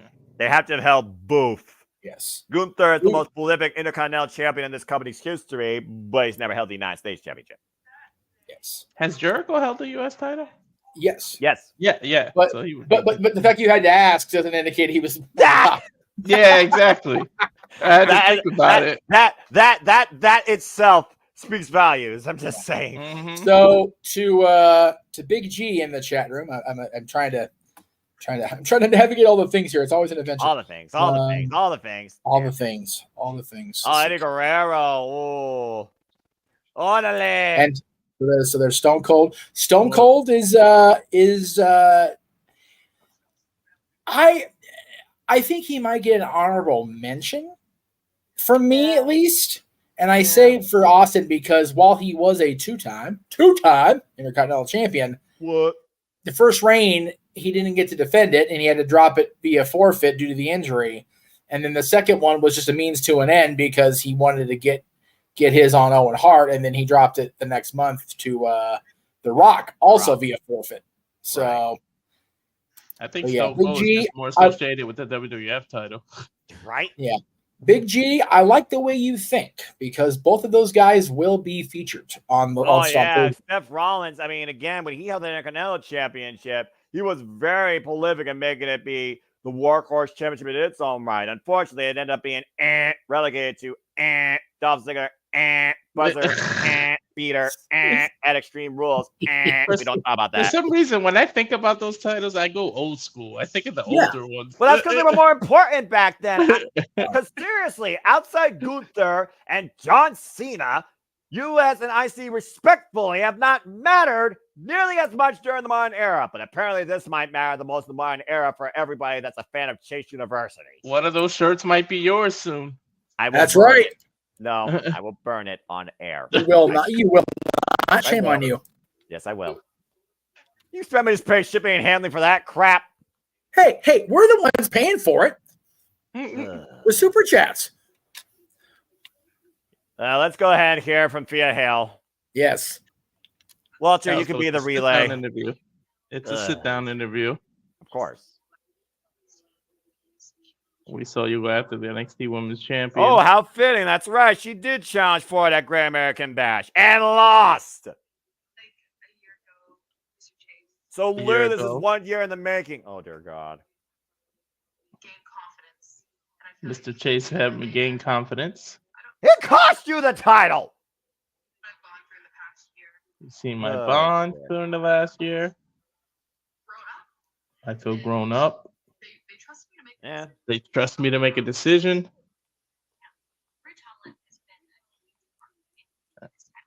Rich Holland has been a huge part of you getting this title, this opportunity. Got it now. Rich Holland cost the championship. Rich is human, like all of us. Like all of us. Rich is human, like all of us. Human, like all of us. Give me a break. I'm still mad at him because he cost me Big E, man. Big E was fun. Rich empowers me to be myself. Yeah, how far did that take you last time? I'm just saying. I let him into chase you. Just say you're not going to accomplish anything while in chase you. I'm just saying.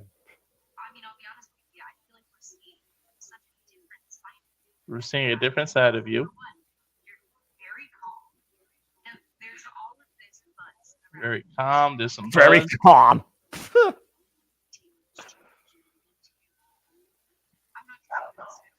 I just really don't see her beating Roxy, man. As much as I would love it. Nope. Not going to happen. Nope. I know Kelly Emerson's 20. And last year, Tiffany's like the biggest out. She's only 20. Damn. I forgot how young she was. Well, Nick Wayne and Billy Starks has her beat. I will say that. But it would be one of the youngest champion in WWE. She's just a baby. Oh my God, she just made me feel super old. Well, I mean, WWE likes them young. She usually. Well, next week it's official on Sci-Fi. We will see if your prodigy falls and your Chase U pupil rises to the occasion. It's Roxanne Perez versus Fia Gale. Snapshot that for the NXT Women's Championship. God help me. Noah, you have no idea what you said at all. WWE likes him young, knowing that Vince McMahon got in all that trouble. It's kind of proof that he likes him young. Well, I mean, also the NIL program is about athletes that are literally like, what, 26 years or younger or something like that? Because they want people for longevity in WWE. They don't want to rely on the seasoned people. Yes. This is a new era we live in. And a new era of WWE superstars is being created before our eyes from pure athletes. And I respect WWE for doing that to a degree because So Ruger, Kalani Jordan are definitive proof so far that it works and you can do it. And no authors know what he said because just think about it. If she wins next week, we have to get him the T-shirt. And then if these super chats keep coming through, he'll not only be wearing the Chase U shirt, but he will be a part of Chase U as well. Well, at least Walter didn't have to whoop that trick this time as you were talking over that. Trick Williams once again looking to get back. Oh, God, Booker T, you're freaking. Trick Williams once again trying to get back after the NXT Championship. Goes one-on-one against Cedric Alexander here, while Cedric's looking to make a name for himself and prove a point. You know what? Trick Williams seems to be a little lost soul right now. Why not He bring is. Mauro Ronaldo back as a commentator and just have Booker T be the manager for Trick Williams, his guide or something. That way you get Booker T off commentating and you get Mauro Ronaldo back. I suppose that's that's a fair point, but I also look at things like this. I think about Booker T and how much he's been an impromptu manager for Roxanne Perez as the most biased commentator in NXT history for his pride pupil from reality of wrestling, the Prodigy. No contest there. Just saying. Oh, good grief. Let's say Alexander, who basically has schedule been there, MIA.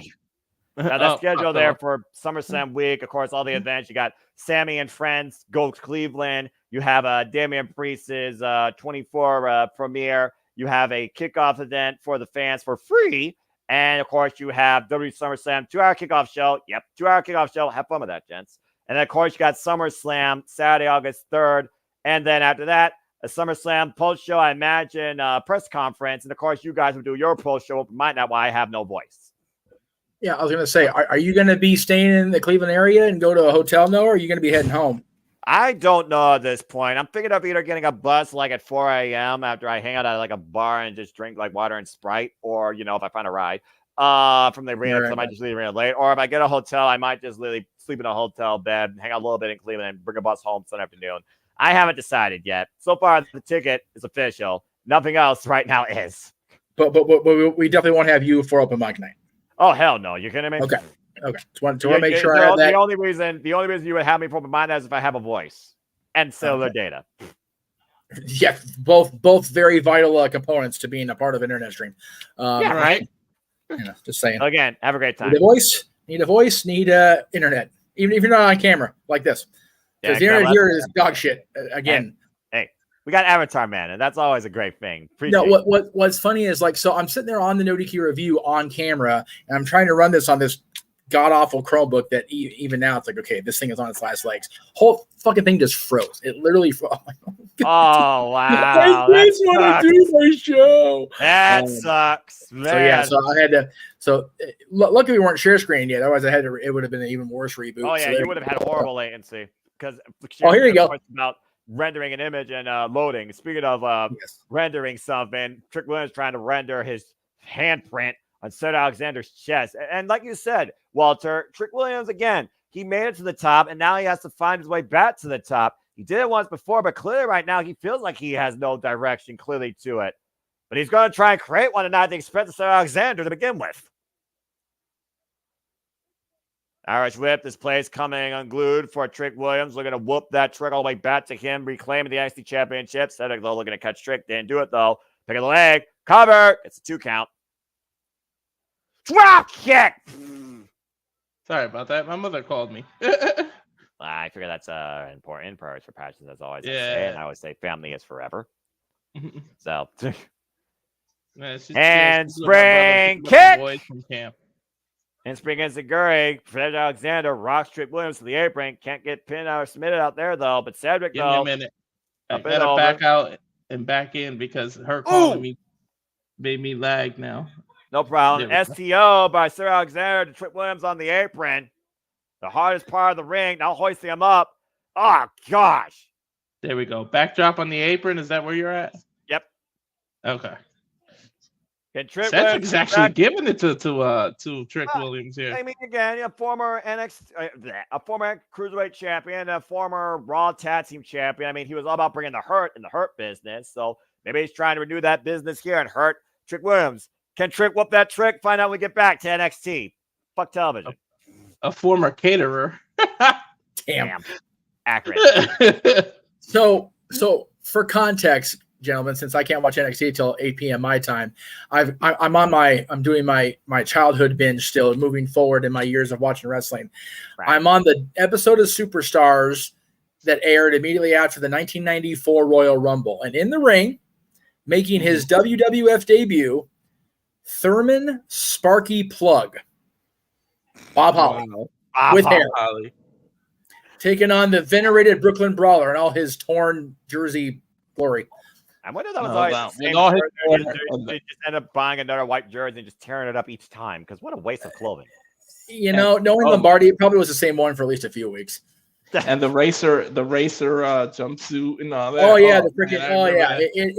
it is a gimmick, man. He is a walking, talking gimmick. All he needs is the freaking like Winston West stickers on his jersey, and he's ready to go. Holy crap! The car sounds was part of his music. I remember. Oh, I know. I remember the car sound. I remember that car sound. And here you go, Earl Hebner in the ring. Earl Hebner redeemed himself in Montreal on Saturday. If you missed it, boys and girls, I watched back into my internet. Fucked me. I can't believe that happened. Earl Hebner is forgiven as far as I'm concerned. It's people my village and Mustafa Ali, his first loss in 8 months. You got to give TNA its credit for having the balls to do that. I said it on the stream, but the fact that they actually went and did that is hilarious. Earl is lucky he made it into the city limits alive and made it out. Right? My God. Seriously, he's lucky he didn't get freaking, guillotine or whatever they do. Seriously, I think the only more hated guy in that entire country at this point is Peter Pocklington for letting Gretzky get away in 1988. Like, I think that's about it. Well, I mean, eventually the hockey thing will be forgiven and I'm sure restored. I mean, if the Raptors can win a basketball championship in 2019, then I'm sure the Canucks can win something in hockey. Hey, you know what, though? Montreal disparaged the king of TNA, Frankie Kazarian, so they cannot have a Stanley Cup as long as they live in Montreal. Damn them Canadians. I don't like none of them. The Vancouver Canucks can have one. They've never had one before. Montreal's got enough. They're like the Yankees. Like, they've had enough. Fuck those guys. So Montreal's the Yankees of freaking Canada? That's hilarious. As far as sheer volume of championships, yes. Damn. The John Championship Cena. City. Give Green Bay Packers a run for their money. Do not compare John Cena to the Montreal Canadiens. I will time you out on my own show, Walter. You stop that. Walter! What are you doing? Hey, it's a throwback to CM Punk's promo. That's all. I mean, that's fair. I mean, Money in the Bank. And, of course, he wants to be one of John Cena's last opponents. As we know, John Cena's retiring next year. But talk about Slammiversary again. Please go watch that in the archives. Again, we'll be coming about this Thursday. Phenomenal show. The system has finally been taken down 95%. The Knockouts Tag Team Championships, of course, still held by Alicia Edwards and the Militia, Masha Slamovic. We had a new Exhibition Champion crown. It's people about the Mustafa Ali via submission, the Sharpshooter. We have a new TNA World Champion, the one-man Nick Nemeth, who outlasted the field, pinning Frank Kazarian last. But the key thing in that match was Joe Hendry. Yes, I said his name. He pinned Moose to eliminate him to guarantee a new TNA World Champion. And Josh Alexander said, "Fuck all you, I don't believe." And you turn my back on him. I'm going to turn my back on you. Completely heel. He did. I can't believe it. I'm still flabbergasted by that. The son of a bitch, the villain. And we also, of course, have new TNA Tag Team Champions. ABC were able to beat the system after Alicia Edwards got shut down by her own husband. Brian Myers and Eddie Edwards fell towards Chris Bay and Ace Austin. PCO, oh, for the love of hell, what's happening this year? PCO now a double champion. I kid you not, but at least he flopped on Flop Dollar. And he beat him. We have a new digital media champion and a new international heavyweight champion and a new engaged French Canadian Frankenstein as Steph DeLander. Pop the question, meaning we're going to get a TV TNA wedding. Oh, go ahead, Walter. I was just going to say I did horrible with my picks, but I'm here. Yes. I love the fact how TNA. Oh God, how TNA is so unpredictable. I love it. It makes the league so much more fun. And Mike Santana beat Jake Something in one hell of an exhibition match. I just get mind fucked right now because, like I said, I'm watching 1994 WWF, and I've got PCO on TNA in 2024, and I've got the Quebecers as tag team champions. My brain's going, this is not the same person. It can't be this. What the hell is happening? It's the same person. You literally told me that. It is the same damn person. It's like it's just weird. My brain. The only thing I don't like about watching the throwbacks is it hurts that how many of them are no longer with us. Like when I watch a pay-per-view, man, that's hard. And then I'm dreading getting into 95 because I know both companies are just gonna suck. Oh Lord, you're gonna be facing the worst years in the business. God bless you. Missing open driver myself. I'm Trick cover kick out. We are sorry, by the way, for talking over Trick and Cedric. I have a graphic number one, and I don't even know what's happening right now because I don't have a video. Well, they kind of impromptu'd it. That's true. That's impromptu TV match. It's more out of nowhere than Tommaso Ciampa trying to RKO Randy Orton. 5 times failed now, by the way. And no, to the chat room. So let me be clear. I'm not hating on the Yankees. I'm an American League guy, and I love the Angels, but the Yankees are the standard. They are the pinstripe. They are the class act. I love me the Yankees. Let me be clear on that. 27 World Series. Like that's they're the measuring stick. Yeah, they are. And the reason the Punk used that line is because John Cena is so Boston. Like that's just the way it is. Oh God. Ooh, sort of a side effect by Trick Williams on Cedric. For an impromptu match, I mean, again, I'm not going to deny the capability of these athletes, but again, Trick right now is lost, and Cedric has yet to be found. Yeah, but you would think Trick, as the former NXT champion, would just run through Cedric. Cedric has been holding his own this match. And looking for the Trick knee. Cedric with a scout, though. The schoolboy, the cover on Trick. That's a 2 count. Imagine what it mean for Cedric to pin the former NXT champion. It'd be the biggest win in his career. This match seems to be just Cedric trying to get respect from Trick. Well, yeah, and also, we've got the news going out for the weekend about both Lashley and MVP exiting. Cedric's probably trying to prove that, hey, let's not let me get away too. Mm-hmm. That's a fair point. But I mean, hey, his girlfriend cover, shoulders down, up the attempted cross arm breaker, forced the break. Well, let's not forget that Big Swole's doing her own thing on the independent scene. So who knows? I was going to say, you had Benjamin. Oh, God, what a Trick knee. Trick shot, cover. Trick Williams just whooped that Trick. Yeah, so much for that. Uh-huh. I like it. Damn it, Walter. We need to like get JJ recorded doing that just because it's so ridiculous. Mm-hmm. Well, Trick Williams again said he will whoop that Trick through anybody to get back his NXT championship. That's a hell of a first right there against Cedric Alexander, who brought Trick the fight tonight. He, much like Randy Orton, he hits that knee out of nowhere, out of anywhere. Like it's just no setup or nothing. That was just boop. A trick shot. Well, think about this. The trick shot was literally his undoing for the NXT championship. Mm-hmm. Tonight, it's one step closer towards regaining mutual respect here amongst these two great athletes. I think they're showing respect here. All right. Well, again, Cedric said himself, you're fighting through your emotions and your passions versus your brain. And maybe that's what Trick needs to do in the end, actually. It's what got him there in the first place. Trick may be the leader of some kind of group here, Noah. I don't know. Well, wait a minute! Oh, wait a minute! What the hell?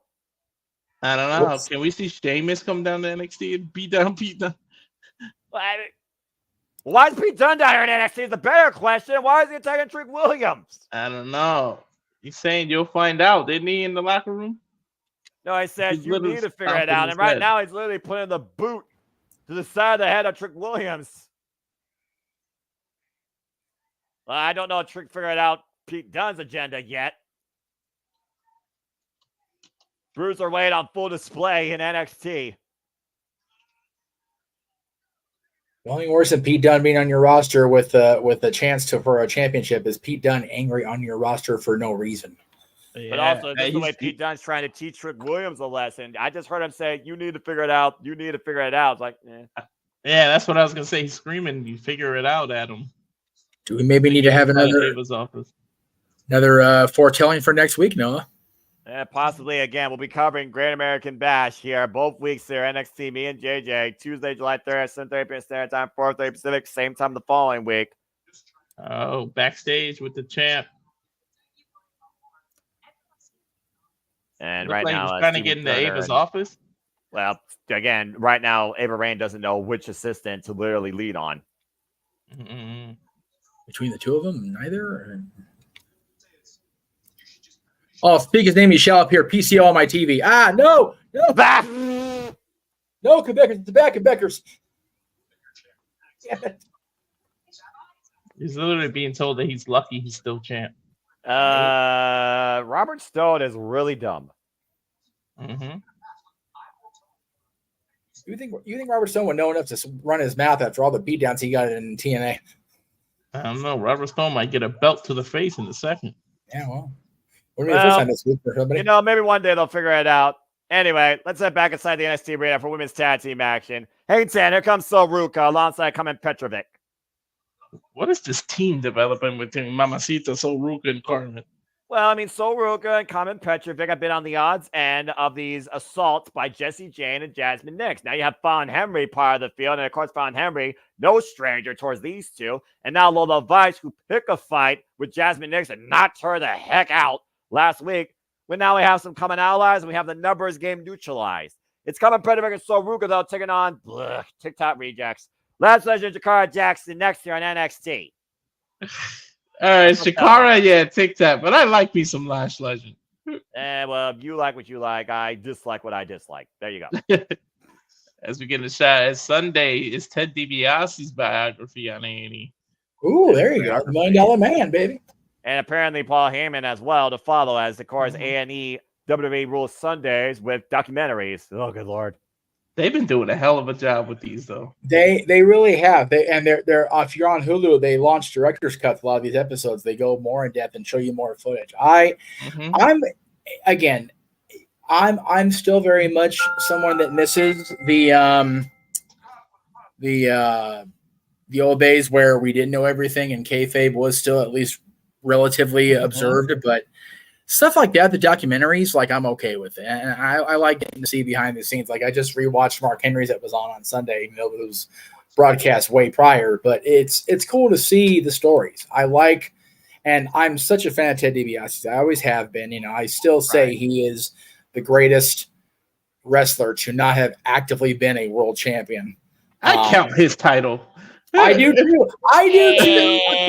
But it's very unofficial in the WWE record books, and I'm not going to fight against Jack Tunney. He's another crazy Canuck. I'm not messing with his rulings.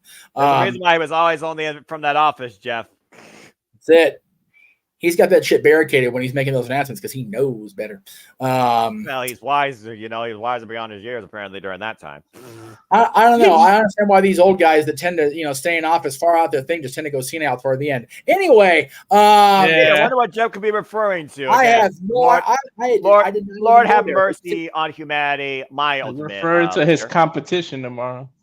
It's a 4-year shit show approaching. Anyway, this is accurate. This is 100% accurate. I don't even care. It doesn't matter what happens in November now. It's a shit show. But anyway, I have always liked Ted DiBiase, and Ted was one of the first, legends or otherwise, that Dylan got to interact with because he appeared for our friends in the EWF at a special event, and it was the first ring and action figures that Dylan actually got, because part of the thing was any kid that came with the paid ticket. Also, the giveaway was you got your own, I think it was still Jackson, may have been Mattel at that point, but and ring and set, and it came with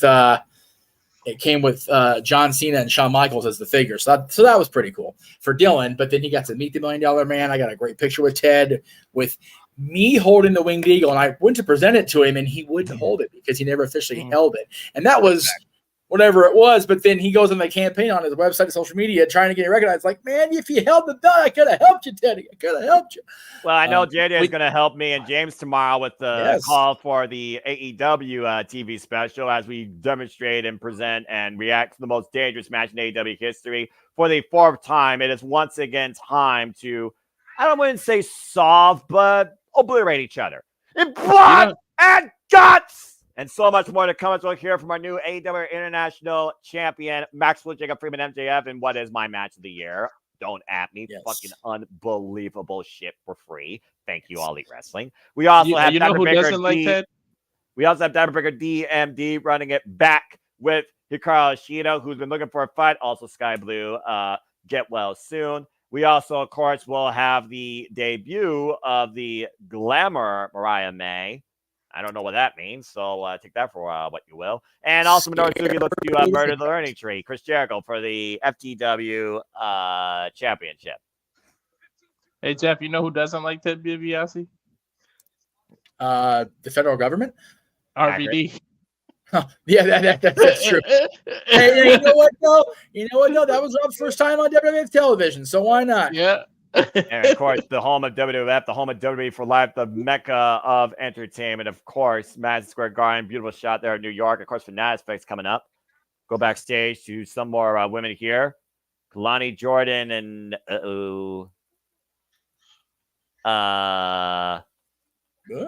Q? Is that Wendy? Oh, God. What's going on in the background there? That's Ashanti the Adonis right now being checked on by 2 random women. Probably welcomes that. Yeah, to JJ's point, while they're backstage, I know I'm not. I don't think either of us have hit the halfway point toward achieving that goal of payout. So if anybody watching at home, I try very hard to not be that guy to ask. But, man, wow. That's what they figured this match. I saw that graphic. Welcome to Level Up, folks. I mean NXT. Botch. As we're back inside. Yeah, that's how important this women's tag match is. That's how important women's tag team wrestling is. Now, right, no kidding. I know, it's so sad. Tag. Soruko now in. Again, Soruko and Kamen Petrovic looking to place a bid to challenge the unholy union of beautiful standing moonsault by the former Tumbler. Kick out at 1. Former challenger, the client. NXT wasn't doing so bad with their tag division. The fact that they made it undisputed is what screwed it all up. Yeah, well, it's been fucked up since day one. I'm just saying. Anyway, again, Soruka, of course, right now in the ring with TikTok reject number 2, Jakara Jackson. Of course, women's tag team action right now. See who might challenge Aladana Fire finally, since they won those titles back at Clash of the Castle and show that they are more than just props, allegedly. Irish whip here. And of course, again, mutual respect here with Kamen Petrovic. Background in karate. Soruka, background in gymnastics. There's a cover by Jakara. It's a kick out. And Soruka, of course, has been taking the world by storm or by wave, if you, go with the surfer girl terminology here. Big G, apparently big sport Soruka. Of course, we saw Soruka, one of the top competitors in the entire NXT Combine, take Kalani Jordan to her athletic limit at NXT Heatwave for the NXT Women's North American Championship. I just skipped a little. Are you at last beginning? I got Last Legend right now with Solar Stream. Nice Hurricane reversal. No, Soruka at 2 counts. Look at the size difference. I mean, honestly, Last Legend might literally be the most biggest athlete in the women's division of NXT. And that's saying something. Ooh, X Factor. JJ Crockett run for her money. And there's the X Factor. Beautifully executed. Let me pause for a second. There we go. I think we're in sync now. Double team up the rope. Nice assisted kick there. Right underneath the jaw. Common with the cover with the far leg. I do want to give these women respect, though, because I do admire at least a couple of these women here in NXT. And I do admire the growth of the NXT women's division. Again, incredible potential. Front face lock, and again, the Streamless Legend able to throw Soruka off. Just needs to close line. What? God, get caught with a pump kick out of midair.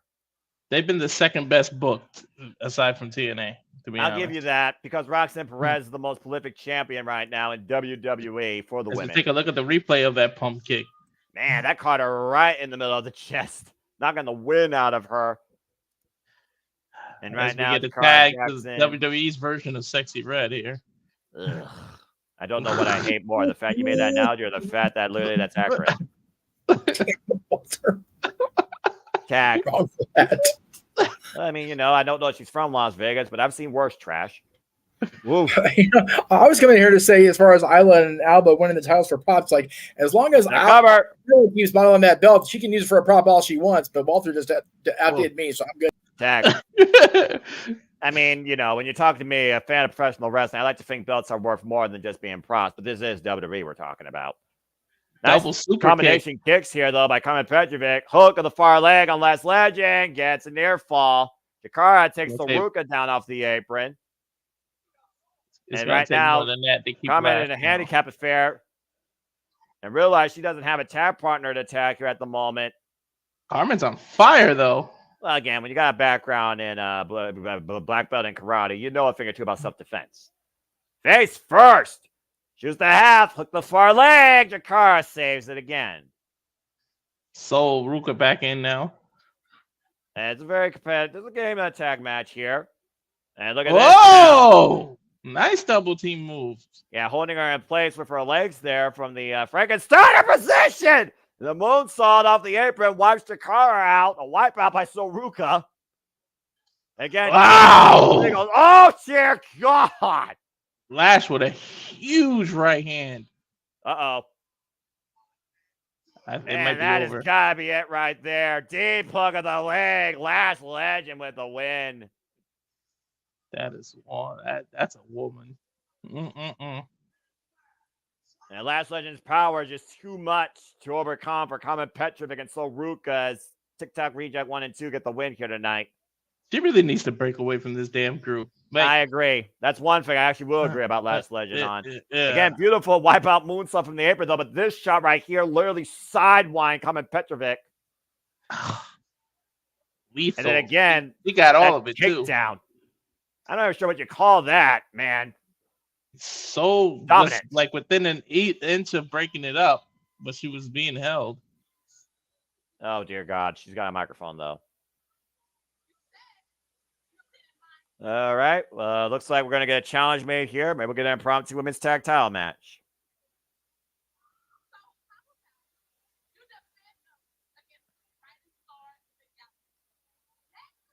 Oh, that's an easy win. Oh, they just challenged for the tag titles? Well, I mean, hey, you got to make those tag titles somewhat relevant. Got to make an unholy unit have some sort of defense, right? They're not even relevant in the main roster that they got to go down to NXT to defend them? Well, I mean, they're supposed to be about all three brands, but again, which brands actually have tag teams worthy of the challenge? And Trick Williams right now arguing with Shawn Michaels that he wants to shot at the NXT Championship. Yeah, happy birthday, Shawn Michaels, by the way. Heartbreak Kid. I think he might have just broke Trick's hurt. He told him something. Uh-oh. Roxanne a little bit upset.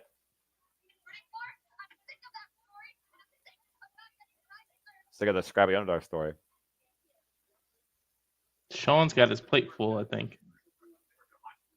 Okay, well, we're going to go to commercial as Shawn Michaels deals with his children in NXT. Well, fireworks galore tonight. And again, we will see many more next week and the following week here as NXT will present again the Great American Bash. And me and JJ will be on the call for that 2-week festivity here. So stay tuned, folks, for us calling Great American Bash on Sci-Fi. Tuesday, July 3rd, and Tuesday, August 6th, 8 p.m. Eastern Standard Time. But our kickoff will be 7:30 Eastern Standard Time, hopping up the cards. As so far, it sounds like right now we got 2 matches known for one show. So there you go. So we got a full commercial break here. Once again, fuck television. Hi, Jeff. And it was realized in the process of chatting with everybody today, the lead-in for next week's. Well, actually, no, we're not covering AEW, but in addition to look at the draw next tomorrow night for Greg Cherry Brand, next week's Greg Cherry Show is episode 200. So we're going to be promoting that as well. Hey, Nice. All the things. congratulations. Congratulations, Greg Cherry. As we approach episode 300 of the ODQ review, we got 200 for Greg Cherry Show. We've got all the watch-alongs, and there is legitimately no sleep in the future for Jeff Meacham and his Multiverse Media. Yeah, I sleep, I nap, I get my rest in. I mean, I literally woke up at 7:45 p.m. after getting off work at 4:30 p.m. and going to take a nap at freaking 5:30 p.m. So I'm good. God bless you, man. It's one of those, and you know, with the money, with the revenue generated by any and all content, I'll sleep when I'm dead. My son, they started camp with his cousin, so I've been waking up early to get them ready to make breakfast, do this, to get them ready to go to camp. Yeah, okay, yeah. You know, I'm glad you brought up school and camp, Walter, since we're on a full commercial break here. So you're usually back in Connecticut. Noah, you're in the Ohio area. In the Midwest, Toledo, Ohio. When do you guys have the Chittins go back to school? So it depends on the district, because you know there's private, there's public, and then there's also the bi-state area. There's the Michigan district where they almost go year round. But and there's also the higher education system that I work in. For our high school system, I believe it's like the middle of August, not early August. For our higher education system, most of them start pretty much the last Monday of August, if not the first following week of September. At least your school is smart enough to do that. They literally start on a Thursday just to have days off again. They start on the 22nd again. On Thursday? Yeah, just to have the weekend off. It makes no sense. Just reset it to Monday. So we finally got it back where we start back on Mondays too, because well, that makes sense. You're giving them a full week. Duh. Yeah, both my son and my niece start August 12th. Completely different district, 3 different cities. My 7-year-old niece, however, who is in 2nd grade, started back on the 15th of July. She's already back in school. Oh, Jesus. Whoa. Now, and then again, however they want to do it, they're on like a block schedule, and they they don't go to school on Fridays, which is fine. I get that part. You can't even use the playground right now. It's hotter than shit. They literally are going to burn their little tootsies in their hands playing on playgrounds or blacktops or whatever. It's like, what are we doing? It's even worse if the playground's made of metal versus plastic, because I remember how hot those slides got. Exactly. I remember last year specifically, my sister and my niece could not go to Disneyland with me on the park's birthday because they were at school. I'm like, it's July fucking 17th. What are we doing? I don't know. It's I've heard of block schedules though. Like you go 3 weeks and then you get 4 days a week. Yeah. And like I get it, but it's like that. it's so ridiculous to me. Like I don't even if you're on a block schedule, which again I don't begrudge, trying to space out a little bit, but man, to have these kids out on the playground and out in school in the middle of July in Southern California when it is ungodly hot just screams irresponsibility to me. Even the kids going back on August 12th in high school, if they're playing football, they're doing the 2-a-days out there and they're dying. Like that's ridiculous to me. Well, again, school choices aside, as far as scheduling goes, why that's ridiculous. I'll tell you what's not ridiculous. The fact that they said his name last week and he appeared. Joe Hendry was back on NXT and he joined commentary as we had the Rascals in trios action against Gallus, and it was TNA that beat NXT that night. But Joe Hendry, of course, who's been trending worldwide, the most viral superstar this year, you say his name and he appears. He literally paid $1,000 to be on a billboard. Joe Hendry very well could be appearing during the Great American Bash, if not in NXT again sooner rather than later. He may turn into the Great Scottish Bash. So wait, no, you mean appear in NXT like this?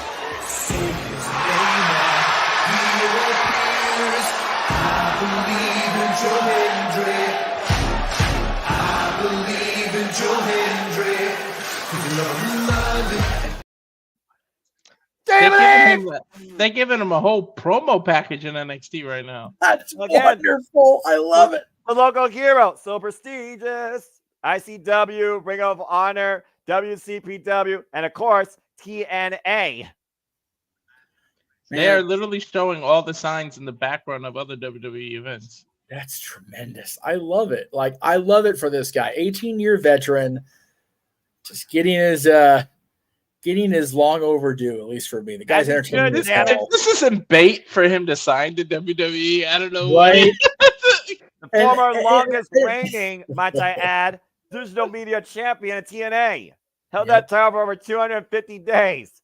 Well, if there's anybody more digital media than Joe Hendry, I don't know who it is. No, He did the guy's a viral since. See, we got two completely different sides. We got a U.S. champion who's a viral disease, and we got Joe Hendry who's a viral sensation. Yeah, well, I mean, to every evil thing in this world, there should be something great or good. Yes. He did admit Joe Hendry is that great or good. He's got a while left on that contract, so it'll be a while before WWE can get their hands on him. But it doesn't mean he can't get what he wants and get that match with Cena before Cena hangs him up. So everybody's waving their hands because he's going to matches worldwide. This guy's more popular than Beyonce, Taylor Swift, and Hoosier with his theme alone. Put that in perspective. Yeah, it's no. This has been like a whole 3-minute package for Joe Hendry. I love it. WWE roster. I am still going to watch this later. I was planning on just kind of phoning it in. Yes! Joe Hendry is giving us next week on NXT Great American Bash a concert. Oh, no. Oh, no. Get ready for another instant classic, folks, courtesy of Joe Hendry. I'm so jealous of JJ and you now. Damn it, the week I can't. The week is used to. As we get a shot of Gallus. Uh-oh. Yes, Gallus boys. Not on top right now. Nah, but they should be. And clearly they don't believe in Joe Hendry. No. Damn, pissed. No, they don't. Oh my god! I need a segment with Gallus and Joe Hendry and Piper Niven, and just everybody just sit back and watch the hilarity ensue. I need that in my life. Joe Hendry live Joe concert Hendry next Tuesday. Concert next Tuesday. I cannot wait. Is it gonna? Gallus There's a car covered in flyers. Flyers. That's a nice car. About Joe Hendry. Well, right. Gallus is going to soon enough believe, whether they want to or not, as we go backstage to all Ethan Page. The Multiverse believes! Damn it, King, you fucking hater! Start believing! Ethan literally has a referee with him going into Ava's office. What is this about? Oh, no, he didn't go in the office. I think Ethan Page is starting to lose his mind a little bit. Was that the ref that counted the 3? Is that what that is? No, or Mensa was his own ref that counted the 3. So we got what that's right. Trying to prove here. Well, for the WWE Women's Tag Team Championships, it looks like that TikTok rejects will be the first victims of the Unholy Union.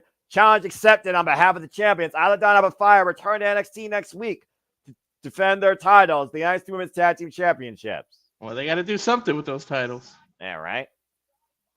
And again, that'll be on Sci-Fi, of course, folks, not USA Network, Sci-Fi. And if you don't have Sci-Fi, don't worry, we'll cover it here. Hold that thought. Ethan Page got a mic. I think he's going to want the referee to say it's not official. Why would you address something that this referee was not even involved in? Because Ethan Page can. I mean, you look. All I'm going to say is this. You get a 3 count on the champion. It's legit. You put a man down for 3 seconds. It's legit. All he keeps saying is it doesn't count. Well, I mean, it was a title switch. He's right there. But a win is a win, and a loss is a loss. And he's going to ask the referee that if someone covers you, does it count? He's going to ask the referee for an official rule book. And like Kurt Angle, if he tapped out and it wasn't an official match, and there wasn't an official ref, and there wasn't an official bell, they didn't tap. So they say. Of course, he didn't tap Kurt Angle in that case because everything that his opponent ever did is been expunged from history anyway. The referee confirming Ethan Page is right. Oh, any referee sell out. I mean, the referee is just doing his job. But the point that Ethan is literally doing this, I think shows Ethan.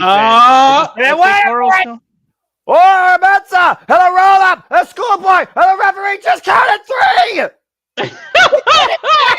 Or Mensa just did it again. He just paid for a 3 count. This is hilarious. And that's not a by referee that time. That is official. I saw it with my own 2 eyes. Ethan might have to call Steph, and he might need a special referee. That is one bruised eagle right there. The NXT champion's been pinned for 3 seconds by Ora Mensa, counted by an NXT official. All bruised ego. All bruised ego now enraged. Yeah, speaking of bruised egos, Charlie Dempsey right now, who literally is in a no-win situation. What's the deal with him keep coming to Tony D'Angelo? Is it because Tony he made too much D'Angelo- sleep with the fishes? Tony D'Angelo knows how to take care of a problem, but he's a gentleman. He's not going to hit a woman. Tony knows a thing or two about a thing or two, you dick. Look, you know a guy, and I know a guy. I once got a That knows 4th grade a guy. teacher. I took a hit on her, but she deserved it, all right? So no, what you're saying is if there's 5 of us, we each know a guy, there's 5 guys, and we're paying too much for our burger. Well, I got to deal with 5 guys. I can get you a 10% discount next time you arrive. Oh, okay, cool. Yeah, because All right, anyway, right. enough of that. On to the fun, because I think the Rascals are I'm not trying to reveal my mafia roots. All right, I may be Italian, but you all don't know anything about me. I do know about the Rascals that are on my screen. TNA represent. Anyway, there we go. Wesley Zachary wins, coming off an incredible win against the No Quarter Catch Crew at Slammiversary. Looking to make a statement once again here in NXT against the NXT Tag Team Champions. A very high octane, a high flying trio here. Definition of speed and party. The Rascals. TNA's own in NXT. It's a 6-man tag ahead next. And he's bouncy. JMN is Taz on side, explanation Fridge, taking the Rascals. Next.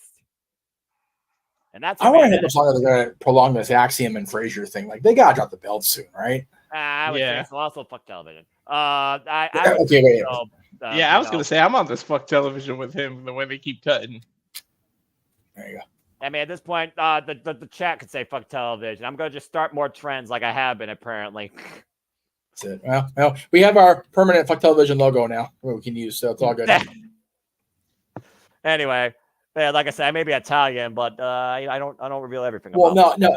I just found it funny we're talking about guys. Like, I had a friend recently go to Five Guys for the first time. He's like, never again. $20 for a burger. And I'm like, I told y'all a year ago when Dylan and I went, we paid almost $50. It was like, what the fuck am I doing, They boy? do have some good damn. I mean, they got good burgers, but I will never pay $20 for a burger. Our Five Guys in Toledo, you get burgers for $12 and bottomless fries. Yeah. Well, I guess that California lifestyle will pay more for everything.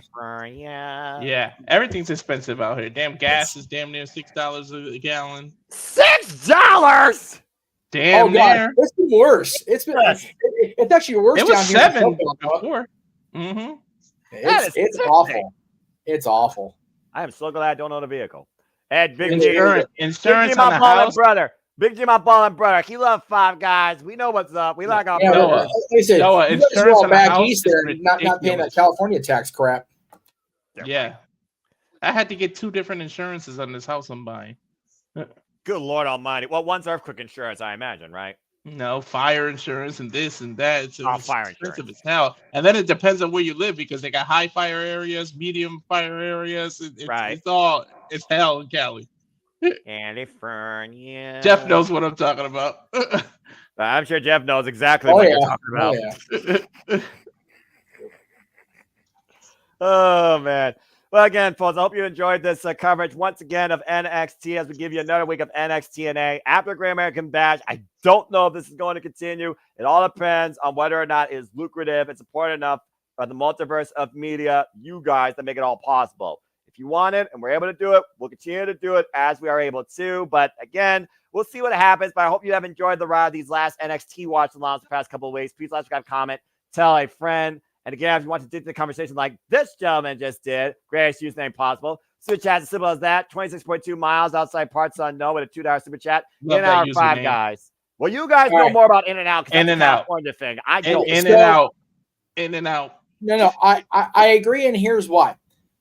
First of all, In and Out's the original for me. Second of all, when Dylan and I went to In and Out, the day we were at the mall shopping and then going to the movie later, the inside of the Five Guys was decorated like In and Out, down to the red and white stripes and the menu style. I'm like, if I'm gonna, and he's like, well, yeah, they've got hot dogs too. It's like, if I wanted a hot dog, I would have gone to Wiener Schnitzel. I came in here for a burger. I walked into an In and Out ripoff. The problem with In and Out though is the lines are bitch. Man, I seen drive-thru all the way to the street. Yeah, no, I was so bummed because like it used to be they were open 24 hours. Pandemic had obviously that changed. But I had a buddy return home from New York. He was gone for years. We went to a Kings game. After the game, he walked outside, got a street dog off the street, which is always awesome. Getting an actual like fried right in your face street dog because they are no damn good for you and they will wreck your shit, but the taste is worth it. I'll take your word for it. But then we're driving home. It's like, In-N-Out's right by the house. Let's go to In-N-Out.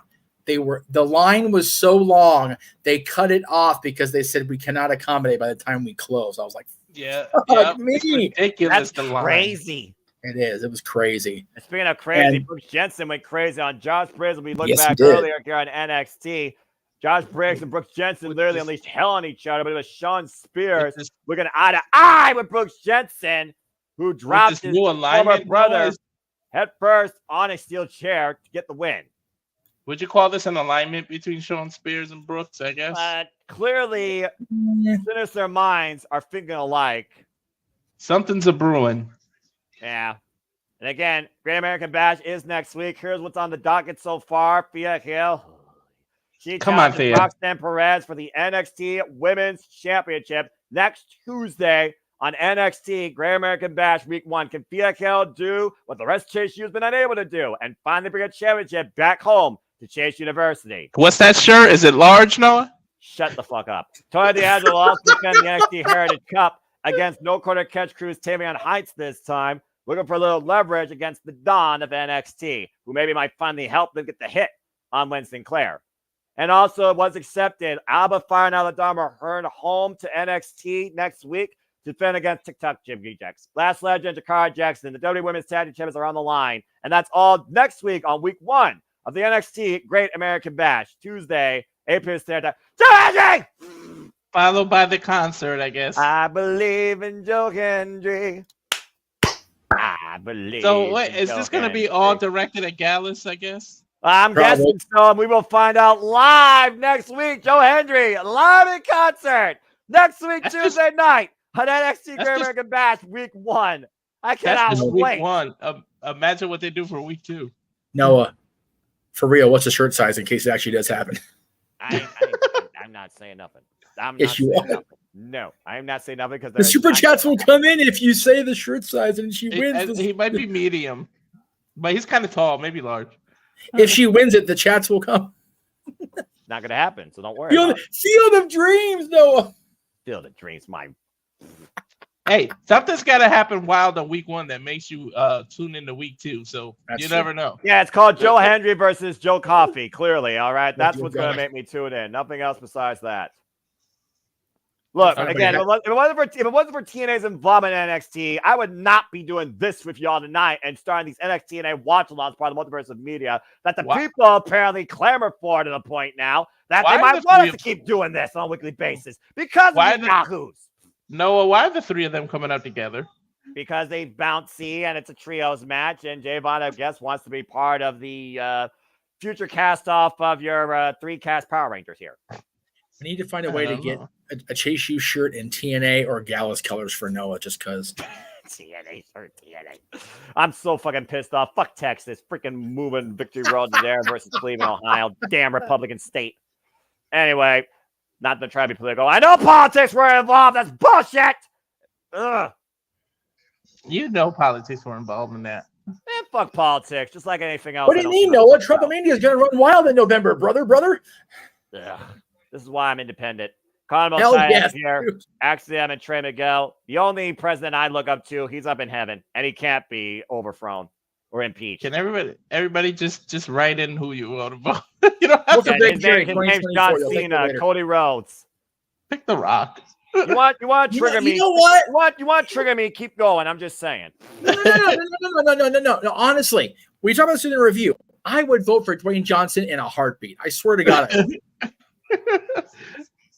Because number one, he knows enough of what he's doing that he'll surround himself with people that actually do know what the fuck they're doing.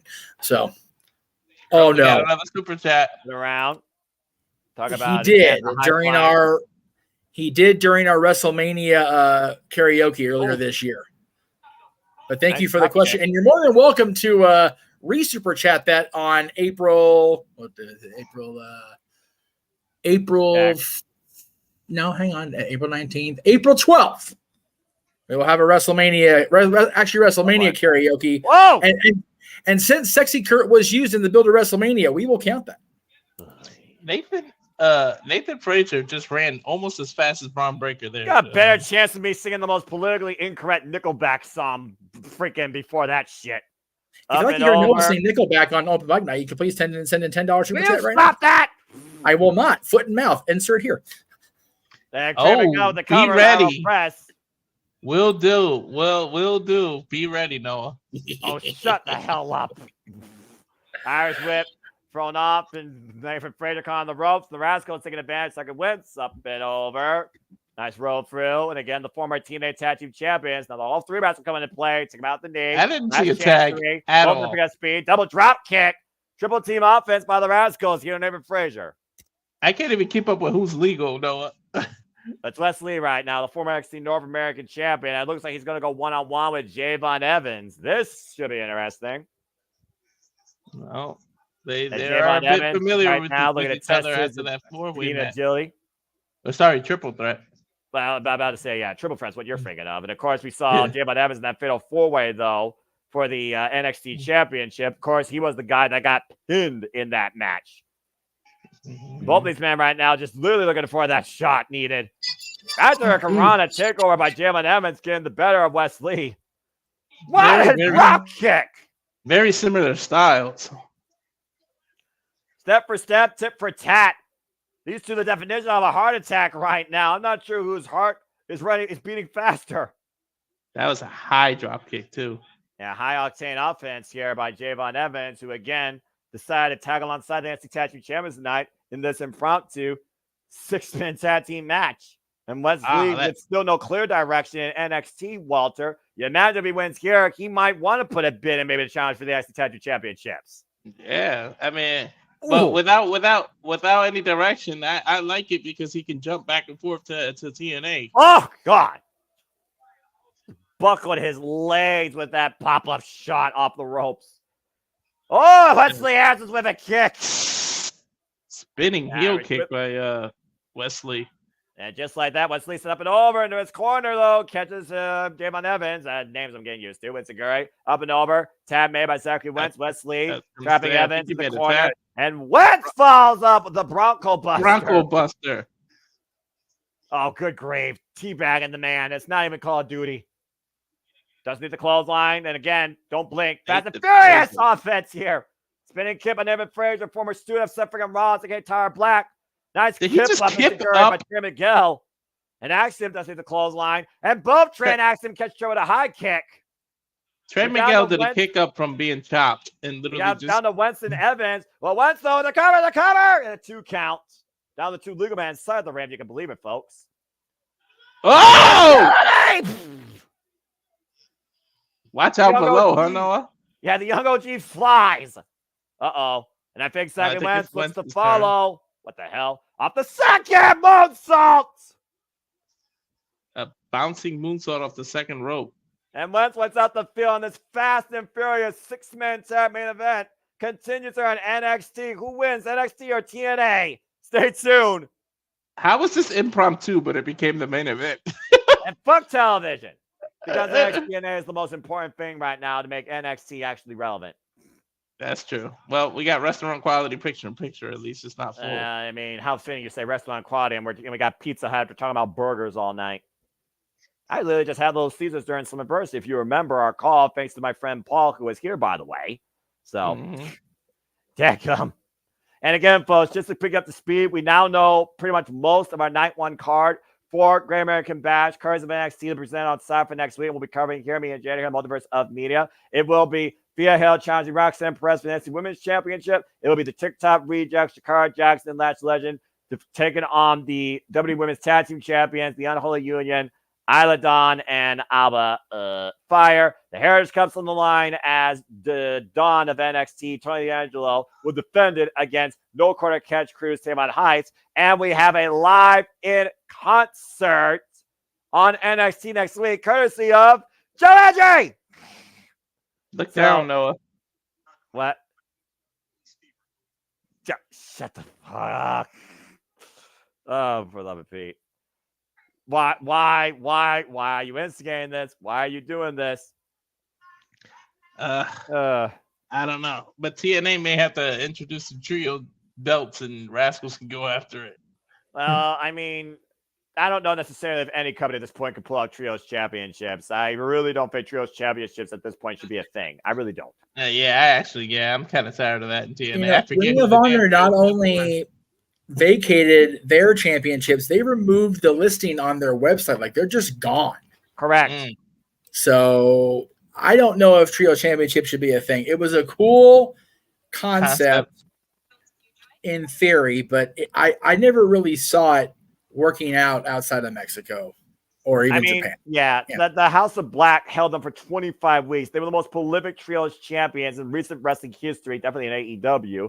Yes. And since then, they've never truly felt like there was a trios dynamic where those titles actually made sense and mattered and could be defended against viable competition. Just hasn't existed. Yes. So, again. So according to Emmanuel, you sang Sexy Boy, the actual theme, but not Sexy Kurt last year. So Sexy Kurt is very much on the docket because it was a lead into WrestleMania 21. Yeah. So, yes, if anybody wants to know what to sing, Sexy Kurt, have your money ready come April 12th. Do a sexy super chat. Do a sexy super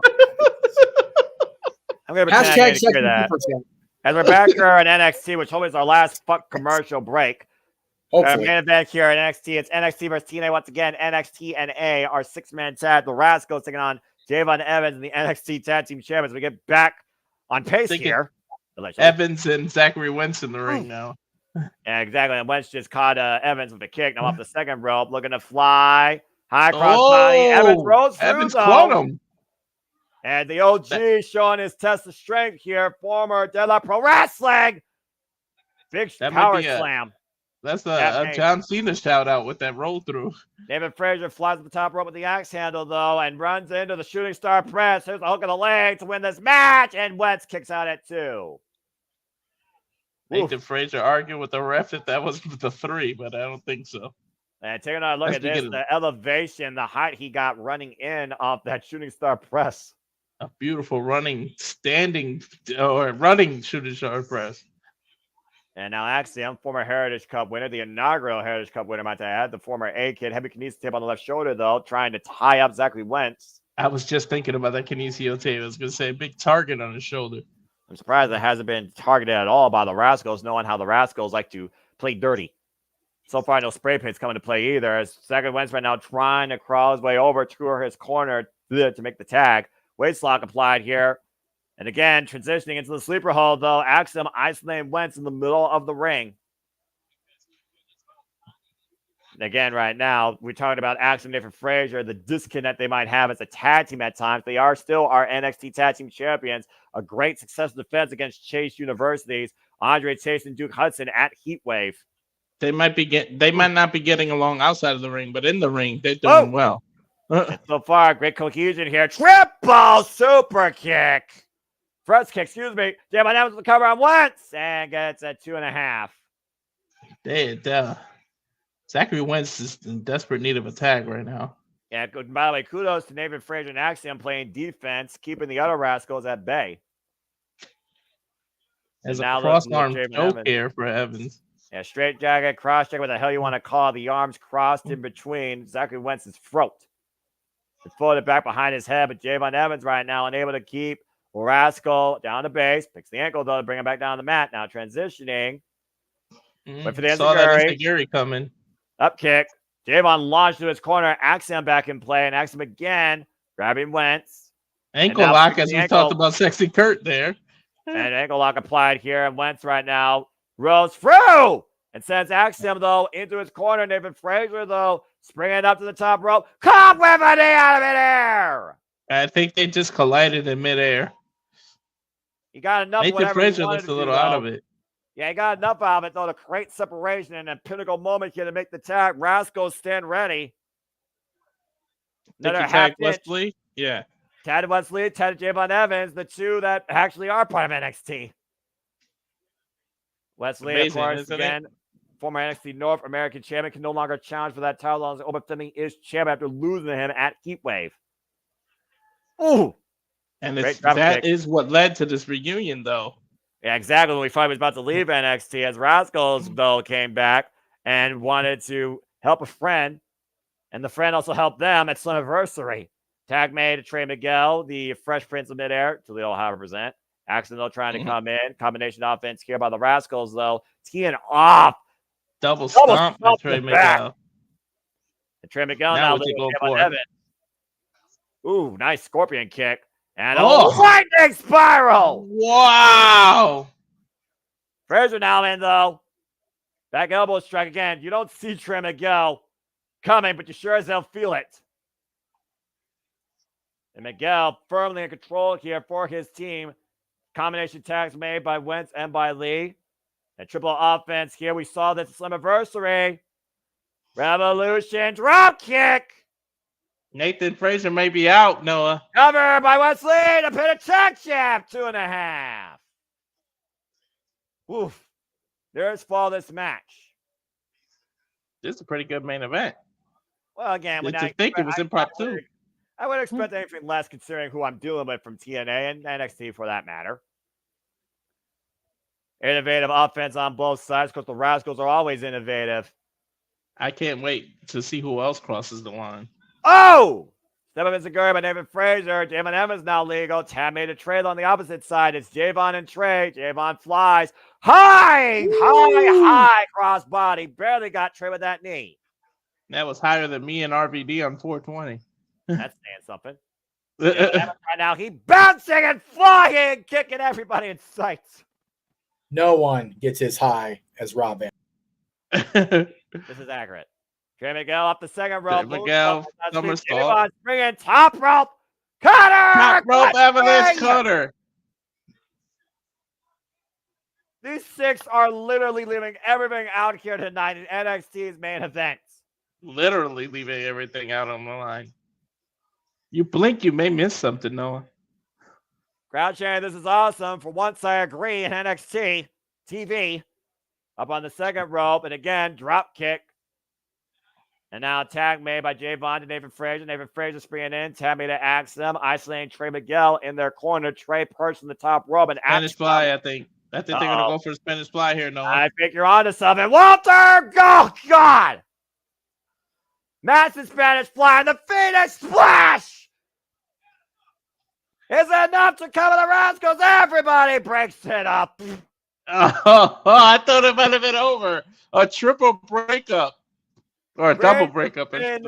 Margin of salvation for the Rascals tonight in NXT NA. That's about 2 3/8 right there. What a match. What a main event here. And who's legal? Axiom and Trey Miguel? Rolling copper kick by Wesley. Exactly Wentz right now. JMN Evans, though. Jacks Wesley's jaw. Spinning back heel kick. Exactly Wentz, though. Springing up the top rope. Catching him with a DDT into a cutter. And vice versa. JMN Evans. When I remember Axiom was legal, Noah. Because didn't he just try to do the cover? Yeah, Axiom, I believe, was legal. I think the ref's losing track of this. And right now we have the two legal men in the ring, I believe. Axiom and Trey. Yeah, here we go. Forearm exchange. And we go for the high-flying aerial offense and the physical onslaught. Nice low drop kick. Yeah, kick to the knee. Sunset flip by Wesley. Wesley not legal, though. But catapult. Super kick by Trey. Axiom laid out across Wesley's knees. And the double stop backstabber combination. Who's legal? Handspring kick to Javon and Nathan Frazier. And Zachary Wentz is legal. The Sunday Wentz There we go. Fire Flame. Cover on Axiom. Wesley and Tobin got it low. The cover. And the Rascals with the win. We got it. Bad camera cut, but I think he got the 3. Zachary Wentz just pinned 1/2 of the NXT Tag Team Champions. The Rascals win the main event tonight. TNA wins against NXT. What a freaking fight. Ugh. What is that move called that they do? Hot Fire Flame, the push-off off the standing moonsault into the cover. Zachary Wentz pins Axiom. Beautifully. And Wesley wiping everybody out to make sure nobody could come in there to break the fall. The Rascals once again as a trio. 3-4-3. Rascals now coming in, got momentum going in the Great American Bash. They're not booked yet, but you don't know what's going to happen in week 2. And NXT Universe on their feet, and rightfully so. This is an incredible TV match, but you got to wonder right now what's going through the minds of all 6 of these men. Battle line and mutual respect. Oh, do you think they've earned a tag title match now? Yeah, you gotta love it. This is what NXT is all about. They might have earned themselves a tag title match, Noah. Should have.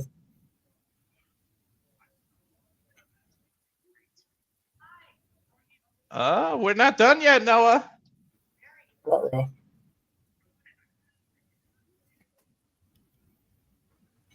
Hold on.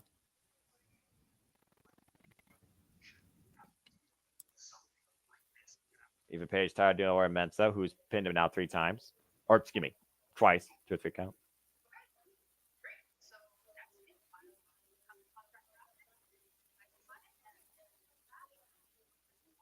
We just got our week 2 main event, Noah. There it is, and Ethan agrees. Week 2 looks like we're going to get the NXT Championship. But in the meantime, this week is concluded. So for Avatar Man, for Walter Cruz, this has been on NXT. Thank you for tuning into our coverage of NXT TV. We'll see you tomorrow night for AEW. This has been, again, another edition of NXT. Before we sign off, I just want to say it's stuff like this that just warms my heart. Not only did Joe Hendry tweet about it, but TNA quote tweeted it. We got TNA quote tweeting about NXT again. I love this shit. This is I want to say it again. There's never been a greater time to be a professional wrestling fan. Oh my gosh. I love it. I love every bit of it. We got it. More crossovers are happening. We know it's going to happen. Oh, they're coming. Oh yeah, it's just a matter. It's just a matter of time. And they'll probably be here before the documentary. Now. It is a running gag, to be fair. The next 2 weeks are definitely confirmed to have crossovers, so we can't fault James for that. However, what we can tell you is tomorrow we'll be back here right at the same old time, same channels, as AEW Dynamite featuring what match, Noah? Blood and guts! Thank you. We'll be live at 7:30 again, Pacific, Eastern rather, 4:30 p.m. Pacific for our coverage of Dynamite with Blood and Guts. And that's just yet another watch along in this crazy week. So we thank everybody, as Noah said, for yours truly, for Noah Foster, for Walter Cruz. This week's Simply Mr. Reliable on the Jeff Beacham Network. And we thank everybody at No DQ for the patience with me and my bullshit. This has been another presentation of the Jeff Beacham Network Multiverse of Media and a watch along. And we'll see you tomorrow for even more coverage because we indeed are going to die. The Jeff Beacham Network's Multiverse of Media. For over 15 years, the recognized symbol of excellence and the standard bearer in coverage of sports and entertainment.